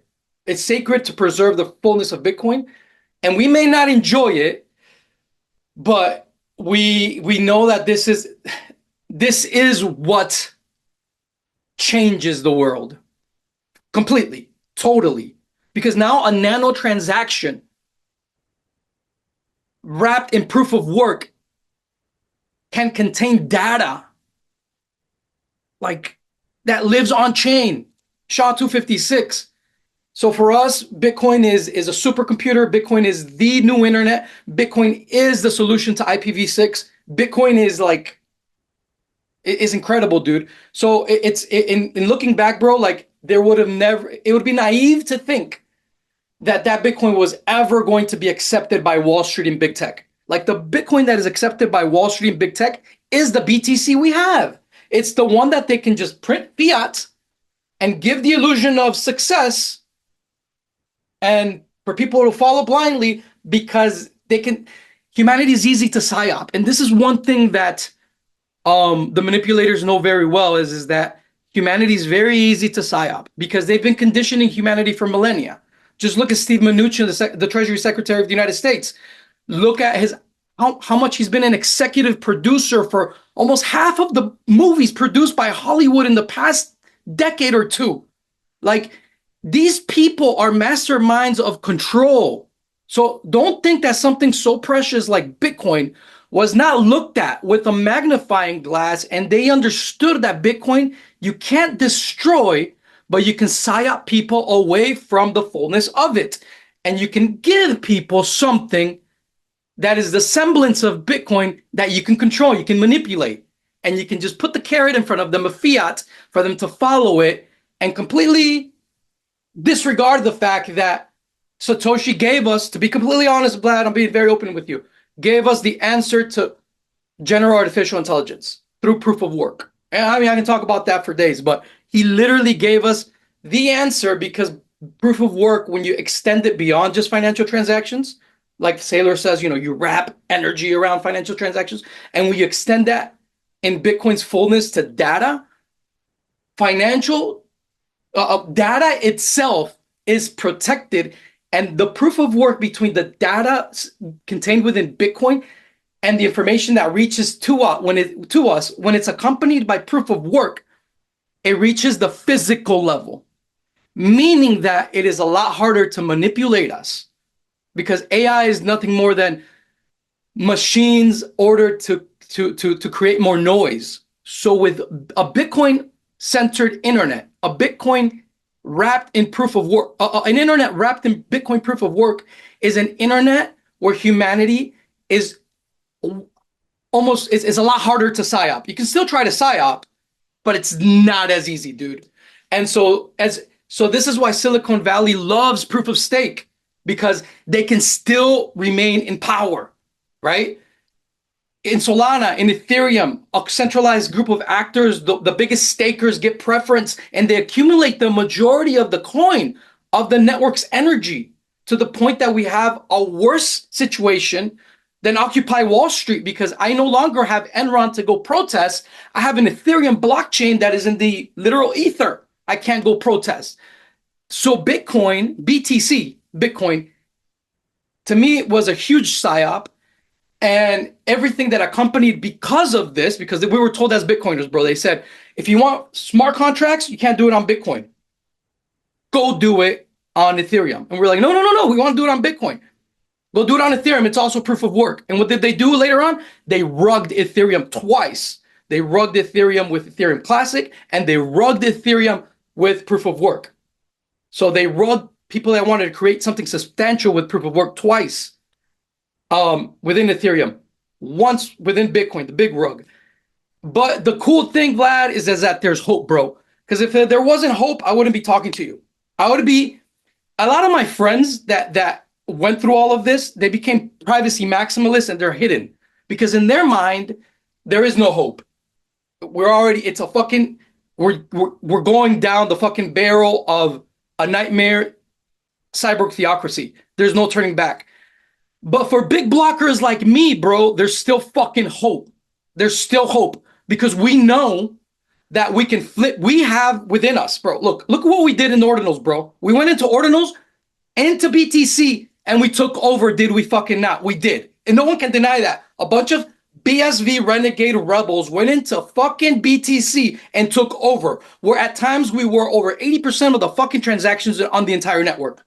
And consecutively, for over 2 years, over 50% of the transactions of the network. So you mean to tell me that the dudes that were isolated in Antarctica, in the place you can't go to, Bitcoin's fullness, that we don't know and we don't understand at least better than the rest of the market how this fucking technology can expand to areas that we can't even, that the vast majority of people can't even fucking fathom, bro.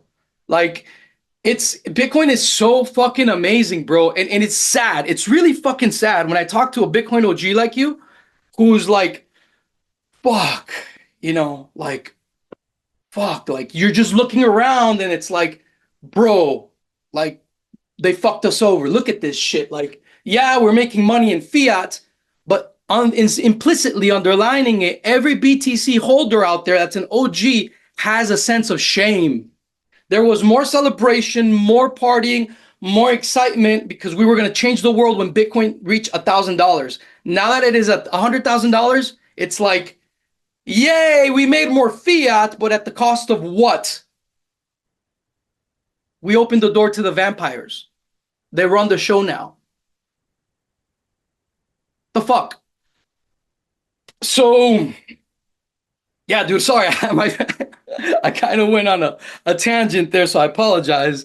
But Vlad, what are your thoughts on everything that I ranted there? Pardon me. Yeah, so just for the record, I'm not that OG as you claim, but I did get my education from OGs and I came to Bitcoin with a rather ideological mindset as opposed to the idea of getting rich. And of course, tangentially, if you get exposed to the space, you're gonna eventually realize that you've made some money. But when you look at it, you must also ask yourself if this is your main rationale or the reason why you got into this in the first place. Because you're gonna take your money, you're gonna leave, you're gonna drive your Lambo and live in your fancy house, but have you really made the world a better place, or have you just virtue signaled about it to others just to find some exit liquidity so others can buy the coins from you while you live the kind of lifestyle that you pretended to resent in the past? And something else that you mentioned, and I think there are some layers to the description that you made about what Satoshi has left us, and the fact that, yes, it's true. There were prototypes of real world assets on Counterparty and Omni, and these are the precursors of Ethereum. Counterparty right now is best known for rare Pepes and Spells of Genesis and Bitcoin heads and some collections of NFTs that are still out there dormant. They don't get traded too much, but there are still some collectors for them. And Omni was the place where Tether was born.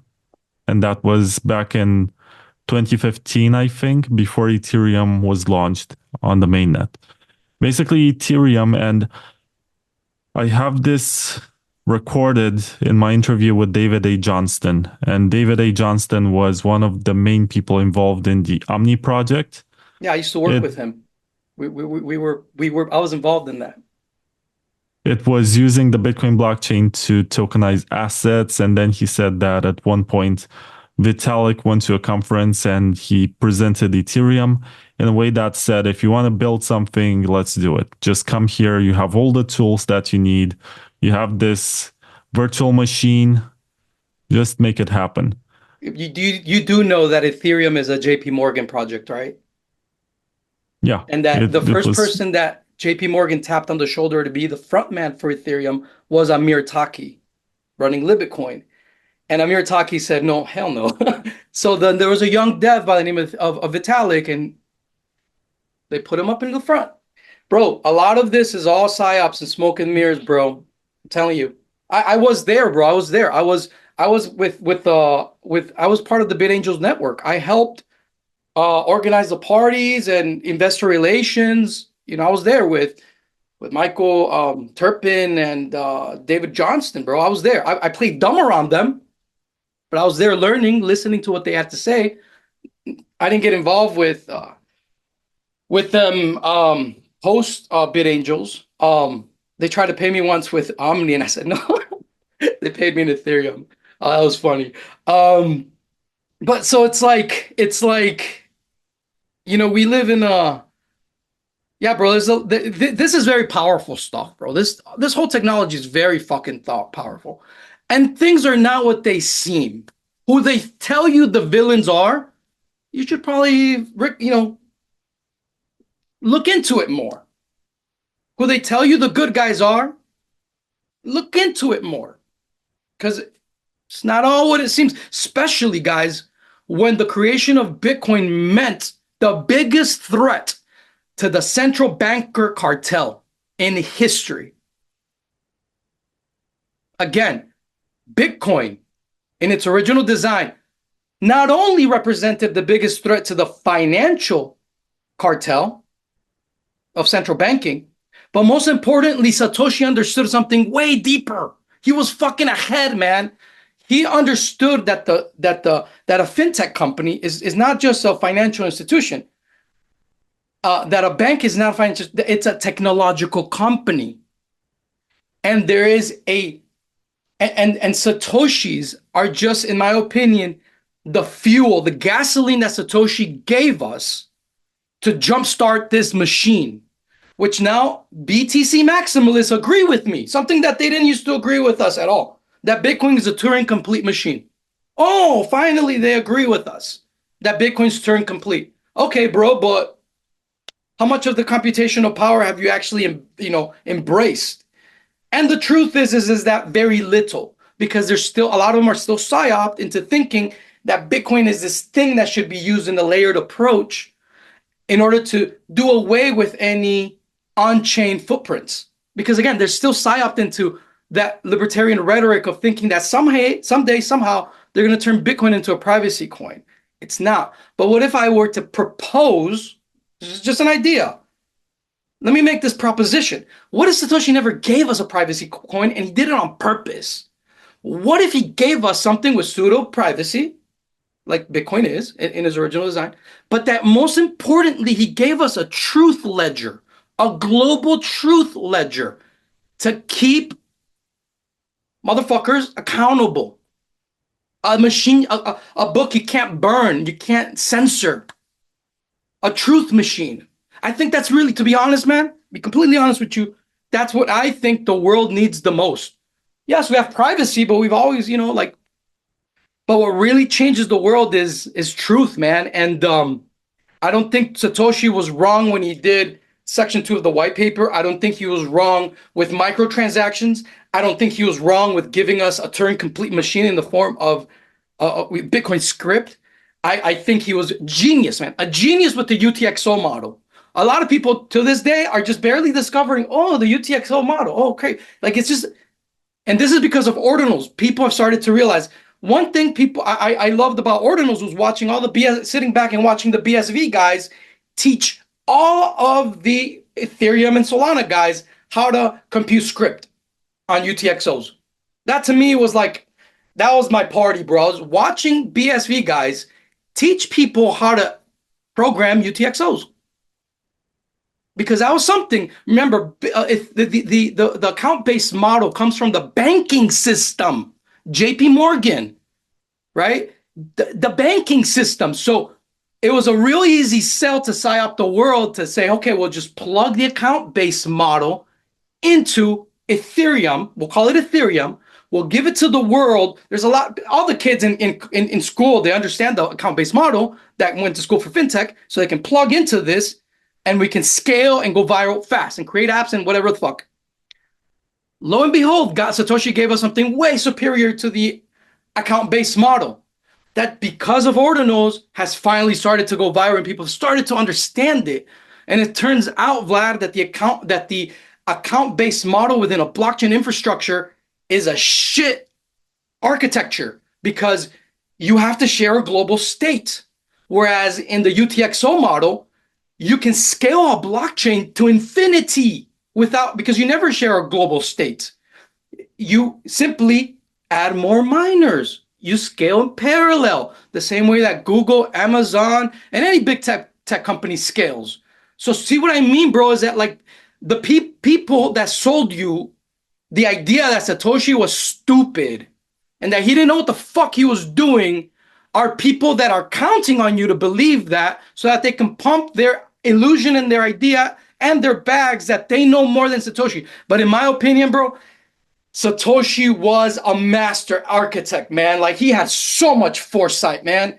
That it's like, fuck, man. Like to be honest, Bitcoin's original design till this day is the best architecture in all of crypto, hands down. Because I don't have to marry, personally, one type of cryptography to play with on chain. I can use bulletproofs. I can use Zcash, ZK Starks. I can even do homomorphic encryption and have a bunch of different apps running with different types of cryptography all on chain. It's like, so it's crazy, bro. It's crazy how much they kept away from us.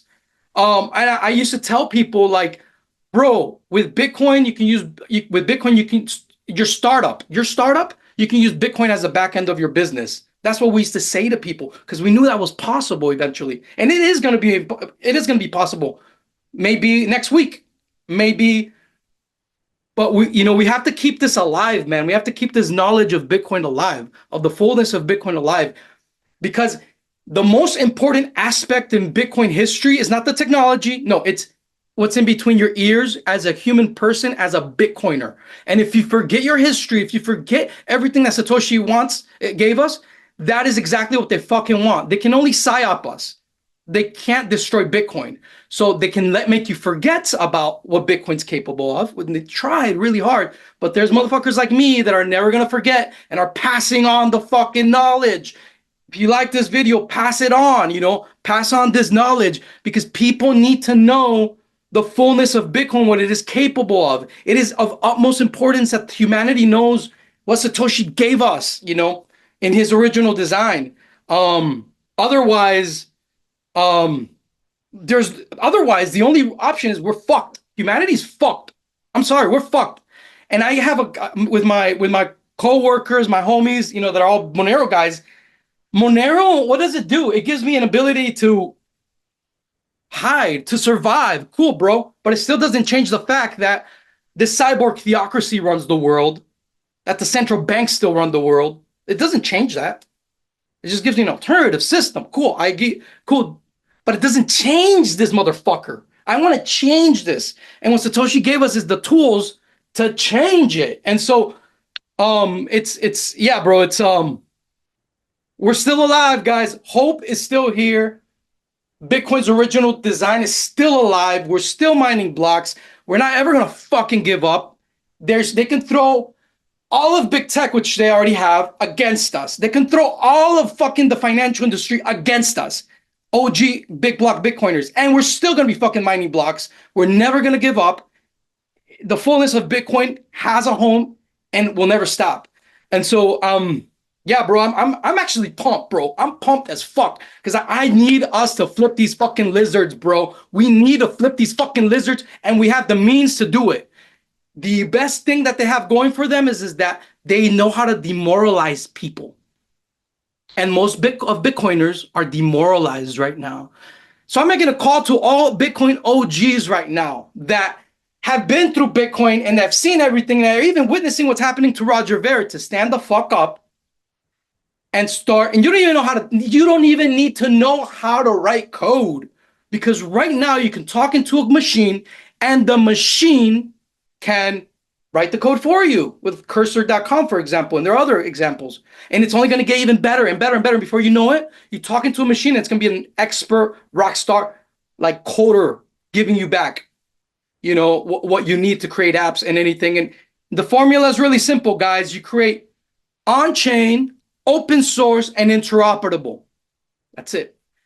And you make sure that it's simple, new, and liquid. That's it. Simple design, new, a 0 to 1 constantly, and liquid. That it garners as much liquidity as possible. Because if you do that, you're actually helping other Bitcoiners. By helping yourself, you help other Bitcoiners when you build on-chain, open source, and interoperably. Credit to credit's due, Mr. Jack Lew himself, and Luniversity, and all the OGs who've been discovering Bitcoin more and more each day and the fullness of it. Vlad, what do you think? Well, I think there are 3 layers that we have to unpack from what you said. I'll start with the spiciest one. You did mention that the guys who are presented as being the heroes of the Bitcoin space are not necessarily so, and sometimes the villains have a story that they cannot tell because they don't have a large enough platform to be listened. Well, I did notice over the years how a bunch of people who contributed to Bitcoin were erased from history only because they do not update their views. If you want to get a good example that's not contentious, because obviously you're going to think about Jeff Garzik, you're going to think about Gavin Andreessen, you're going to think about Mike Hearn, but then you're going to say, these guys are spooks who try to change Bitcoin and they fail and blah, blah, blah. Okay, let's assume that's true, even though I don't believe so. I think they Andreas got spooked, which is Antonopoulos. different. I don't think they were spooks. I think they got spooked. Andreas Antonopoulos is the best possible example. This guy was speaking about Bitcoin to an empty room when the price was like $10 and nobody cared about it. And he traveled the world. He spent all the coins that he earned to spread education to people who sometimes were not even willing to listen or made fun of him. And he's the OG Bitcoin educator. Is he still revered as a hero? No. Eric Voorhees, he did so much for Bitcoin. And the more you go back, you're going to discover that back in 2013, he was doing debates with Peter Schiff on Bitcoin versus gold. And he was presenting all of the maximalist arguments that are popular today. And that was 11 years ago. And he was doing this. Does he get enough credit for his work? No, because he was on the big block camp. And somehow he was erased from history, and the merits attributed to him are not being presented anymore. He's not invited to most conferences. He's not highlighted as this hero. So the question is, who are the heroes? And I've been to a similar process. I'm not going to pretend to be on par with these guys, but I did have my own contributions to Bitcoin. I did my best. I've been doing this podcast, and I think for the first 5 years, I was very tame to the point that I was trying very hard to not step out of line and only interview a curated list of people to make sure I don't upset and don't cause controversy. And then I realized, none of this really matters, and I'm just gonna I'm the follow my. complete opposite. I go for the most controversial shit, man. Yeah, I'm I sorry, guess you're that's why you saying. have more subscribers. Anyway, my Who knows? point is that I went through a similar process where basically I was erased from history, and nobody ever will recommend anything from what I produced, regardless of whether it's good or not. It's not about merit, and I used to believe that this space is sort of a meritocracy, but it really isn't. It's just about being. I don't know how I should describe it. It's being able to serve a certain agenda, being a good foot soldier for a cause and never questioning it. And if you're Okay, okay. able to pull But this that's your off, experience of Bitcoin. That was never my experience of Bitcoin because I was completely on the other side where we preserve the meritocracy of Bitcoin. Do you understand what I mean? Like my worldview, my Bitcoin worldview, my Bitcoin experience has been nothing more than meritocratic. Sure, in my opinion, the banksters came in, big tech came in, and they fooled the world with BTC, making them think, oh, that's Bitcoin, and we'll pump it with fiat and just whatever. But in the Bitcoin world that I still live in today, it's meritocratic 100%. I've never had to deal with that.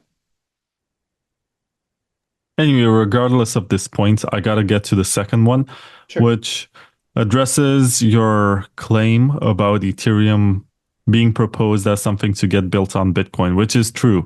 But at the same time, when you look at it from a historical point of view, you're going to see that some people came up with the idea to do assets and domains. And Satoshi was very supportive of the idea to create Namecoin Okay. as an alternative chain that's going to absorb these use cases. Namecoin was merge mined with Bitcoin. So it was using the same miners and paying fees to the same miners. But it was the world's first altcoin. And somehow Satoshi was very supportive of this. He was not toxic. He didn't call it a shitcoin ever. He was very supportive of his technology being used in a different context. And if we don't scale or we don't increase the use cases for Bitcoin, then we can increase or scale in parallel, meaning that we apply the technology to another chain and then let the free market decide whether or not it's valuable.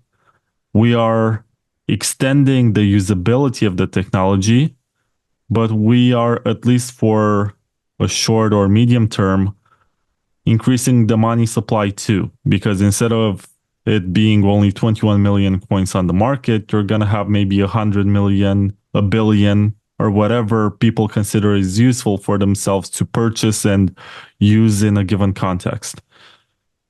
And I do believe that this can be useful because, of course, you don't want experimental stuff in a network that holds a lot of value, and you don't want to compromise people's savings with your crazy idea.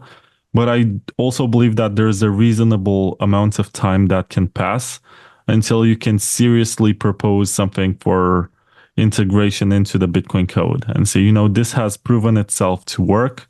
This has this amount of users. This has this amount of market capitalization. I think it's about time that we bring it to Bitcoin. It's just that, first of all, there's nobody to steel man these arguments and actually go through the whole bureaucracy to push the use cases. Secondly, there doesn't seem to be any enthusiasm. And there's this culture that promotes the idea of shitcoin tech. So if it doesn't come from Bitcoin and it was not built by a bunch of engineers that come from two or three companies, then it's labeled as shitcoin tech and it should not be discussed in the first place because they say, what's the point? Just use that other coin instead. And that's toxic and detrimental to the development of the protocol. But I mean, well, I guess we shitcoin have tech been. is what gave us ordinals. I mean, it's like you have you had the ability to arbitrage data, but if it wasn't for shitcoin tech, which is really Bitcoin tech, of people that have experience with Bitcoin tech that other people in BTC were not able to grow with, then you wouldn't have had what you have with ordinals. So it's just crazy to me that my conclusion is I don't think they're going to scale given the culture, given everything. I think they're going to be dependent on the MicroStrategy strategy and on the Tether reserve forever. That's they're comfortable. They reached their goal. You know what I mean? Like I don't think it's going to happen on BTC. I'd be very surprised if it did happen on BTC, but I don't like you said there's no urgency to, but we did see how network effects and price changes instantaneously with something like FTX. So, you know, yeah, I don't know what to tell you, man. It just doesn't seem like likely to me that they're gonna do it. I could be wrong. I hope I'm wrong, because a world with Bitcoin is better than with a world without Bitcoin. And the less friction, the better for adoption. But is it gonna happen? I don't know, man. Do you think it's gonna? So you really think they're gonna scale BTC?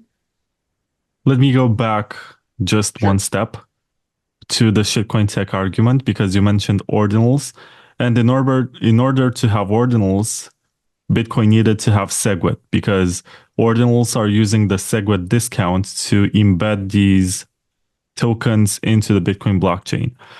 And SegWit was tested on Grossel coin and then Litecoin. And only after it was proven for a few months that you cannot steal from these addresses, it was added to Bitcoin. And I don't know what's wrong with the culture because at the time it was enough for 3 or 4 months to pass before they realized, okay, it's good enough. But right now, even after years of being tested on other networks, it's still contentious and they still concern troll and they say, oh, but what if this does something so bad we can't even think about it yet? But that's the And whole that one, point is that you can't think about it. Like even you've described how you yourself have had to be very careful to not deviate from the predominant narrative.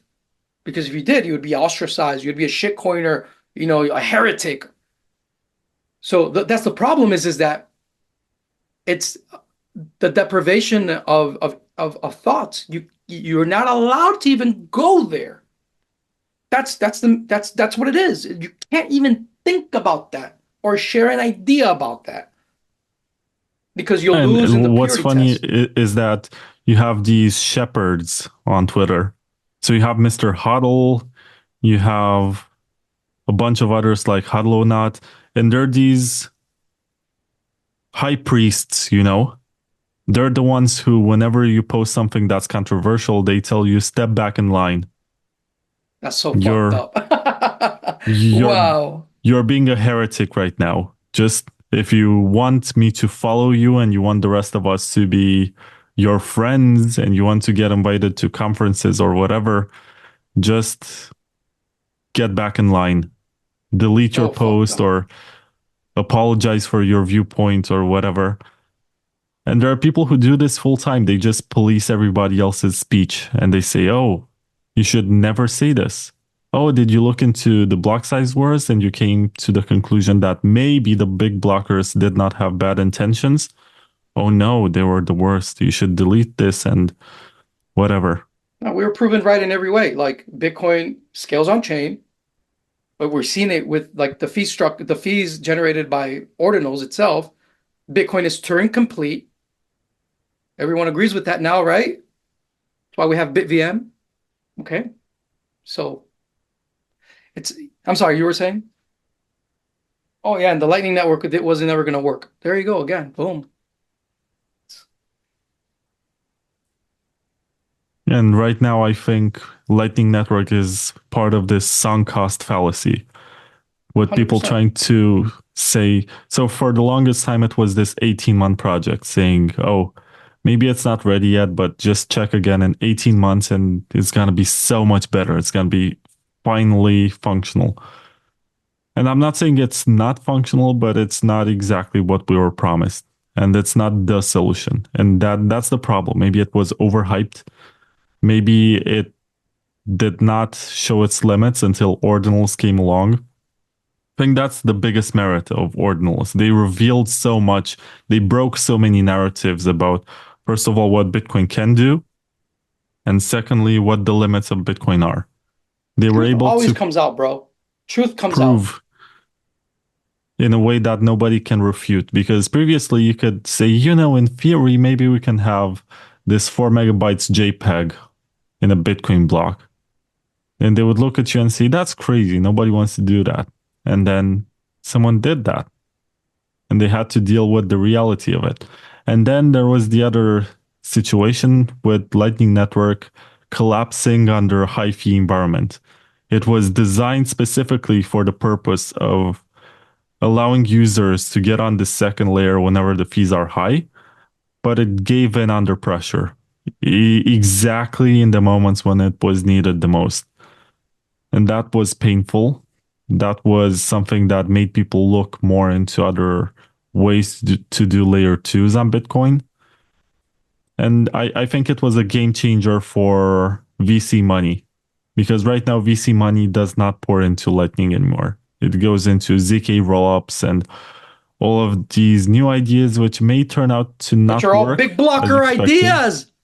Oh my God, they're big blocker ideas. Literally, BitVM, ZK rollups. That's all big blocker idea. Like straight up, like hands down. We've been talking about this shit for years. Lightning Network tried to recreate Satoshi's wallet. That's all they really did. So when SegWit removed the chain of digital signatures, when they removed section 2 of the white paper, before that, Bitcoiners like myself would say, hey man, you know what's really cool about section 2 of the white paper is that you and I can go to Mars and send Satoshis back and forth to one another, literally using our Bitcoin wallets. That's what the cryptographic signature was, right? The contract of the chain of digital signature, section 2 of the white paper. And then when we come back to Earth, we settle on chain. So when they took away section 2 of the white paper and they put it onto an extended block, whatever the hell they did, um, they try to recreate that dynamic uh, off chain with the Lightning Network. It was like, what the fuck are you doing, bro? Like, don't you understand that that's like Now, dude, it was all a fucking psyop. Period. It was all psyop. The Lightning Network, um, everything that you've seen was a psyop. A psyop to, most importantly, confuse Bitcoiners and make them forget about the fullness of Bitcoin. That's really what it was, man. Because any real revolution, the best way to attack a revolution is through attrition, is by tiring the generation that has the most enthusiasm and the most knowledge on a subject to die off, really, so that it's forgotten. You know, that these ideas are forgotten, especially with something like Bitcoin that you can't destroy. You can just manipulate. I have a friend, he's one of the Ordinal Wallet devs, Randy. He said something really cool in a space recently. He said, Raf, this is all logical. It's common sense. They're gonna figure things out. People in the future will figure things out, even if it doesn't happen tomorrow. I agree with Jack Lew when he says, if it's meant to be discovered by the world, what Bitcoin is truly capable of in 20 years from now, 10 years from now, 5 years from now, it means that it can be discovered by the world 5 minutes from now. We just have to figure out what the recipe is to put together to create a network effect that just goes extremely fucking viral. And that's a lot of people are cooking, bro. Dude, the founders of Solana are red pill on this topic right here. I can send you screenshots here. I'll put a screenshot up here. He says they decel Bitcoin, decelerated Bitcoin on purpose. Like, the founders of Solana know what the fuck is up. I'm telling you, bro, the big game of chicken right now is, do I hedge or do I not hedge? That's really what's happening right now. That's really what the fuck is happening right now. And all it takes is for one motherfucker to not only hedge, but be loud about it, to become a heretic within that cult. Game over. We have hyper-Bitcoinization. We have programmable money on chain. And it can happen in many ways. It can happen by forking, by creating a new node for BTC. It could happen by everybody just moving over. But the thing is, the real cool thing to understand is that an altcoin cannot save us. Bitcoin has to be saved by Bitcoin, because only Bitcoin, SHA-256, can flip not just the price, but flip the entire infrastructure of Bitcoin. So, like you said, that you were talking earlier, you're saying the miners are scared, they don't know, with Paul Storks, right? In a lot of ways, this game of chicken is happening. And sooner or later, it could be a meme. It could be this conversation right here that goes viral. Opens the floodgates. Boom. You rug fucking BlackRock. You rug Sailor. You do this to them. And it's the biggest fucking the biggest hedge in history. It's before everyone right now. It's the most and then fucking we all ride into the sunset, right? It can happen. We're within the realm that this shit can happen. Like, if I were to tell you 10 days before FTX collapsed, that it was going to collapse, it was going to go to shit, most people would have been like, you're fucking crazy, bro. They just had Bill Clinton in the Bahamas. How dare you say that, you heretic? But it happened overnight. And in hindsight, it makes perfect sense. In hindsight, because this is going to happen eventually, man. Water finds its level, bro. The path of least resistance. And the only thing holding back is something very fickle called the human mind, that is programmed and conditioned to follow people blindly. But the moment we have the blockchain, not Bitcoin moment, but in this regard, I like big blocker technology, but not big block Bitcoin. This game fucking over, bro. So it's we're there, man. We're there. We're always gonna be there. And you even said it. What holds BTC back in the core devs is this fucking fear. You said it, not me. You said it. You brought that up. I didn't. Well, they said it before me, so you can actually verify that. Okay. So I was hanging out with now I'm not gonna give you the story. Well, fuck it, I'll tell you it's not started. I was hanging out with the founder of Aave and the founder of SushiSwap. and they asked me, "What's your favorite DeFi project?" Like kind of testing me. And I told them, I said, my favorite DeFi project is the DAI, the DAI from Nikolai, the DAI, which he was the founder of what we understand as a stable coin. He was the creator of what we understand as a stable coin. He's the father of what you call DeFi, the maker DAO. And so, interestingly enough, that dude understood this fully. If you were to go to his Twitter, the biggest fucking red pill is go to his Twitter right now, go to delete underscore shitcoin. It's a bunch of sunbursts. That's him, Nikolai. Just fucking go through his Twitter. Go to his Twitter. He'll red pill the fuck out of you. And guess what happened to Nikolai? In Puerto Rico, they found him. He died all of a sudden. And he says it. One of his last tweets is like, bro, they're going to kill me. I'm telling you, people have given up their life to preserve Bitcoin's original design, man. For real, dude. Like, it's no joke, man. And it's so beautiful to be part of this because this is the fucking game changer, bro. It's Bitcoin, in full effect, man. So, yeah, I hope people I hope people go see Nikolai's Twitter because it's, woo. I wouldn't even be surprised if they take down his Twitter after I put this out there. It's that fucking intense. Um, so yeah, I'm sorry for digressing. What were you saying, bro? What were we talking about? We were talking about can you please remind me? No, it's all good. I don't think anything that I was saying should be continued from this point on. I'm also tired. It's past midnight here. Shit, time flies, man. Cool, man. So what's up? What's the game? What's the alpha? Give us the alpha before you leave. The alpha is that you should totally check out this magazine. It's free and open source, but you can also order a print from me. And I ship worldwide if you're interested. And they're also signed and numbered if you're into collecting these physical items. But if you're not, you can get the information for free. Also, I think I'm going to interview Jeff Garzik next week on the Bitcoin Takeover podcast. And you should definitely tune in for that one because I have some spicy questions for him. One of them is going to be about Greg Maxwell fallacies because it seems like this guy, Greg Maxwell, has turned himself into this mythical character where he was always right. And everything that he said or believed about Bitcoin turned out to be his way. But Jeff Garzik has been a developer in Bitcoin since 2010 or something, and he was the original big blocker.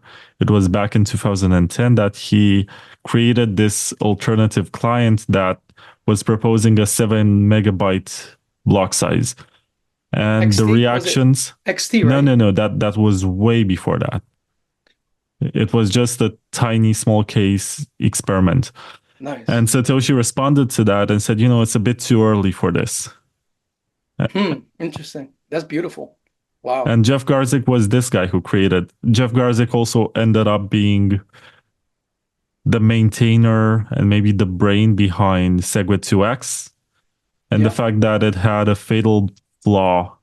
I mean, it had a bug, right? And I think that was on purpose. I think at that point he was trying not to destroy consensus and sabotage the project to not get another hard fork because there was already Bitcoin Cash that was out there. But that's just my wild speculation. Maybe I should ask him next week when I interview him. Yeah, Nowadays he's that's working awesome. on something that's called Hemi, which is a bridge between Bitcoin and Ethereum. And I guess he was smart enough to figure out that since Bitcoin is not scaling, it's going to require other chains to be the scaling layers. And for other chains to interact with Bitcoin, there's going to be a need for bridges. Hilarious. So, Bro, why don't you scale on chain in Bitcoin? no consensus. That's the official answer. Nah, bro, no. Yeah. All right. Market forces, bro. Market forces. And so, yeah, Vlad, thank you so much for being with us. Thank you so much for this candid conversation. Guys, this is the first time I meet Vlad and like talk to him. I just saw a real cool post of him of his in Twitter, and I was like, yo, this guy seems like he's got some alpha. So I really want to thank you for your time, Vlad. I hope obviously nothing we said was financial advice. We're just two people talking about open source technology that we love. And yeah, subscribe to the channel and follow Vlad. Vlad, how do they find you on Twitter? How do they follow you? So on Twitter, I'm at THEVLADCOSTEA, or you can just search for Vlad hosts the best podcast in Bitcoin. I think that's the name that I assigned to my account just because I'm trying to attract more attention to my work. I do the kind of podcast that the guests love, and they tell me all the time, this was one of the best interviews I've ever done with anyone because you ask me exactly the kind of questions that I wish people would ask me. It's just that I'm not very popular with regular enthusiasts who mostly want to hear price talk or predictions or something to get them hyped about the technology. But it's actually the developers who are building the stuff that makes everyone bullish and gives investors a reason to speculate on the future of the project. Without people to build stuff, it's just a pet rock. And That's I'm right. not into pet rocks. I didn't join this to invest into a store of value. I joined this to create peer-to-peer electronic cash as described by the white paper, which I think is aspirational. Maybe we're not there yet, but I want us to get there. Guys, make sure you follow Vlad. It's in following differential knowledge that you eventually find the nuggets that lead you to profit. Because if you only follow what the cult, what the media, what is popular, that's where all the NPCs are. Okay? If you want to find anything profitable in the future, you got to look for guys like Vlad. You got to follow guys like Vlad. That's where your differential knowledge is. Profit seeking is Bitcoin's motor. And the way to find profits in the best way to save time and be ahead of the pack is by following dudes like Vlad that are have differential knowledge, that are free thinkers. Oh wow, like a free thinker. You'd think that in crypto and in Bitcoin, being a free thinker is a standard, but I'm sorry, not anymore. You're gonna have to look for them. So, man, thank you so much for your time, Vlad. Thank you so much for everything. Until next time, guys. Peace, love, anarchy. Now we are dealing with a possible world war. Some will say we are already in a world war. My condolences and prayers go out to everyone suffering under tyranny. It really sucks. I'm really sorry. But it seems as if people are starting to wake up regarding crypto more and more each day. And so it's in the description right here to read, where we give our secret sauce and what we teach our subscribers, because things are just that bad. Everyone needs this information. People need to know about sound cryptocurrencies that are actually private by default, and to know how to properly use crypto.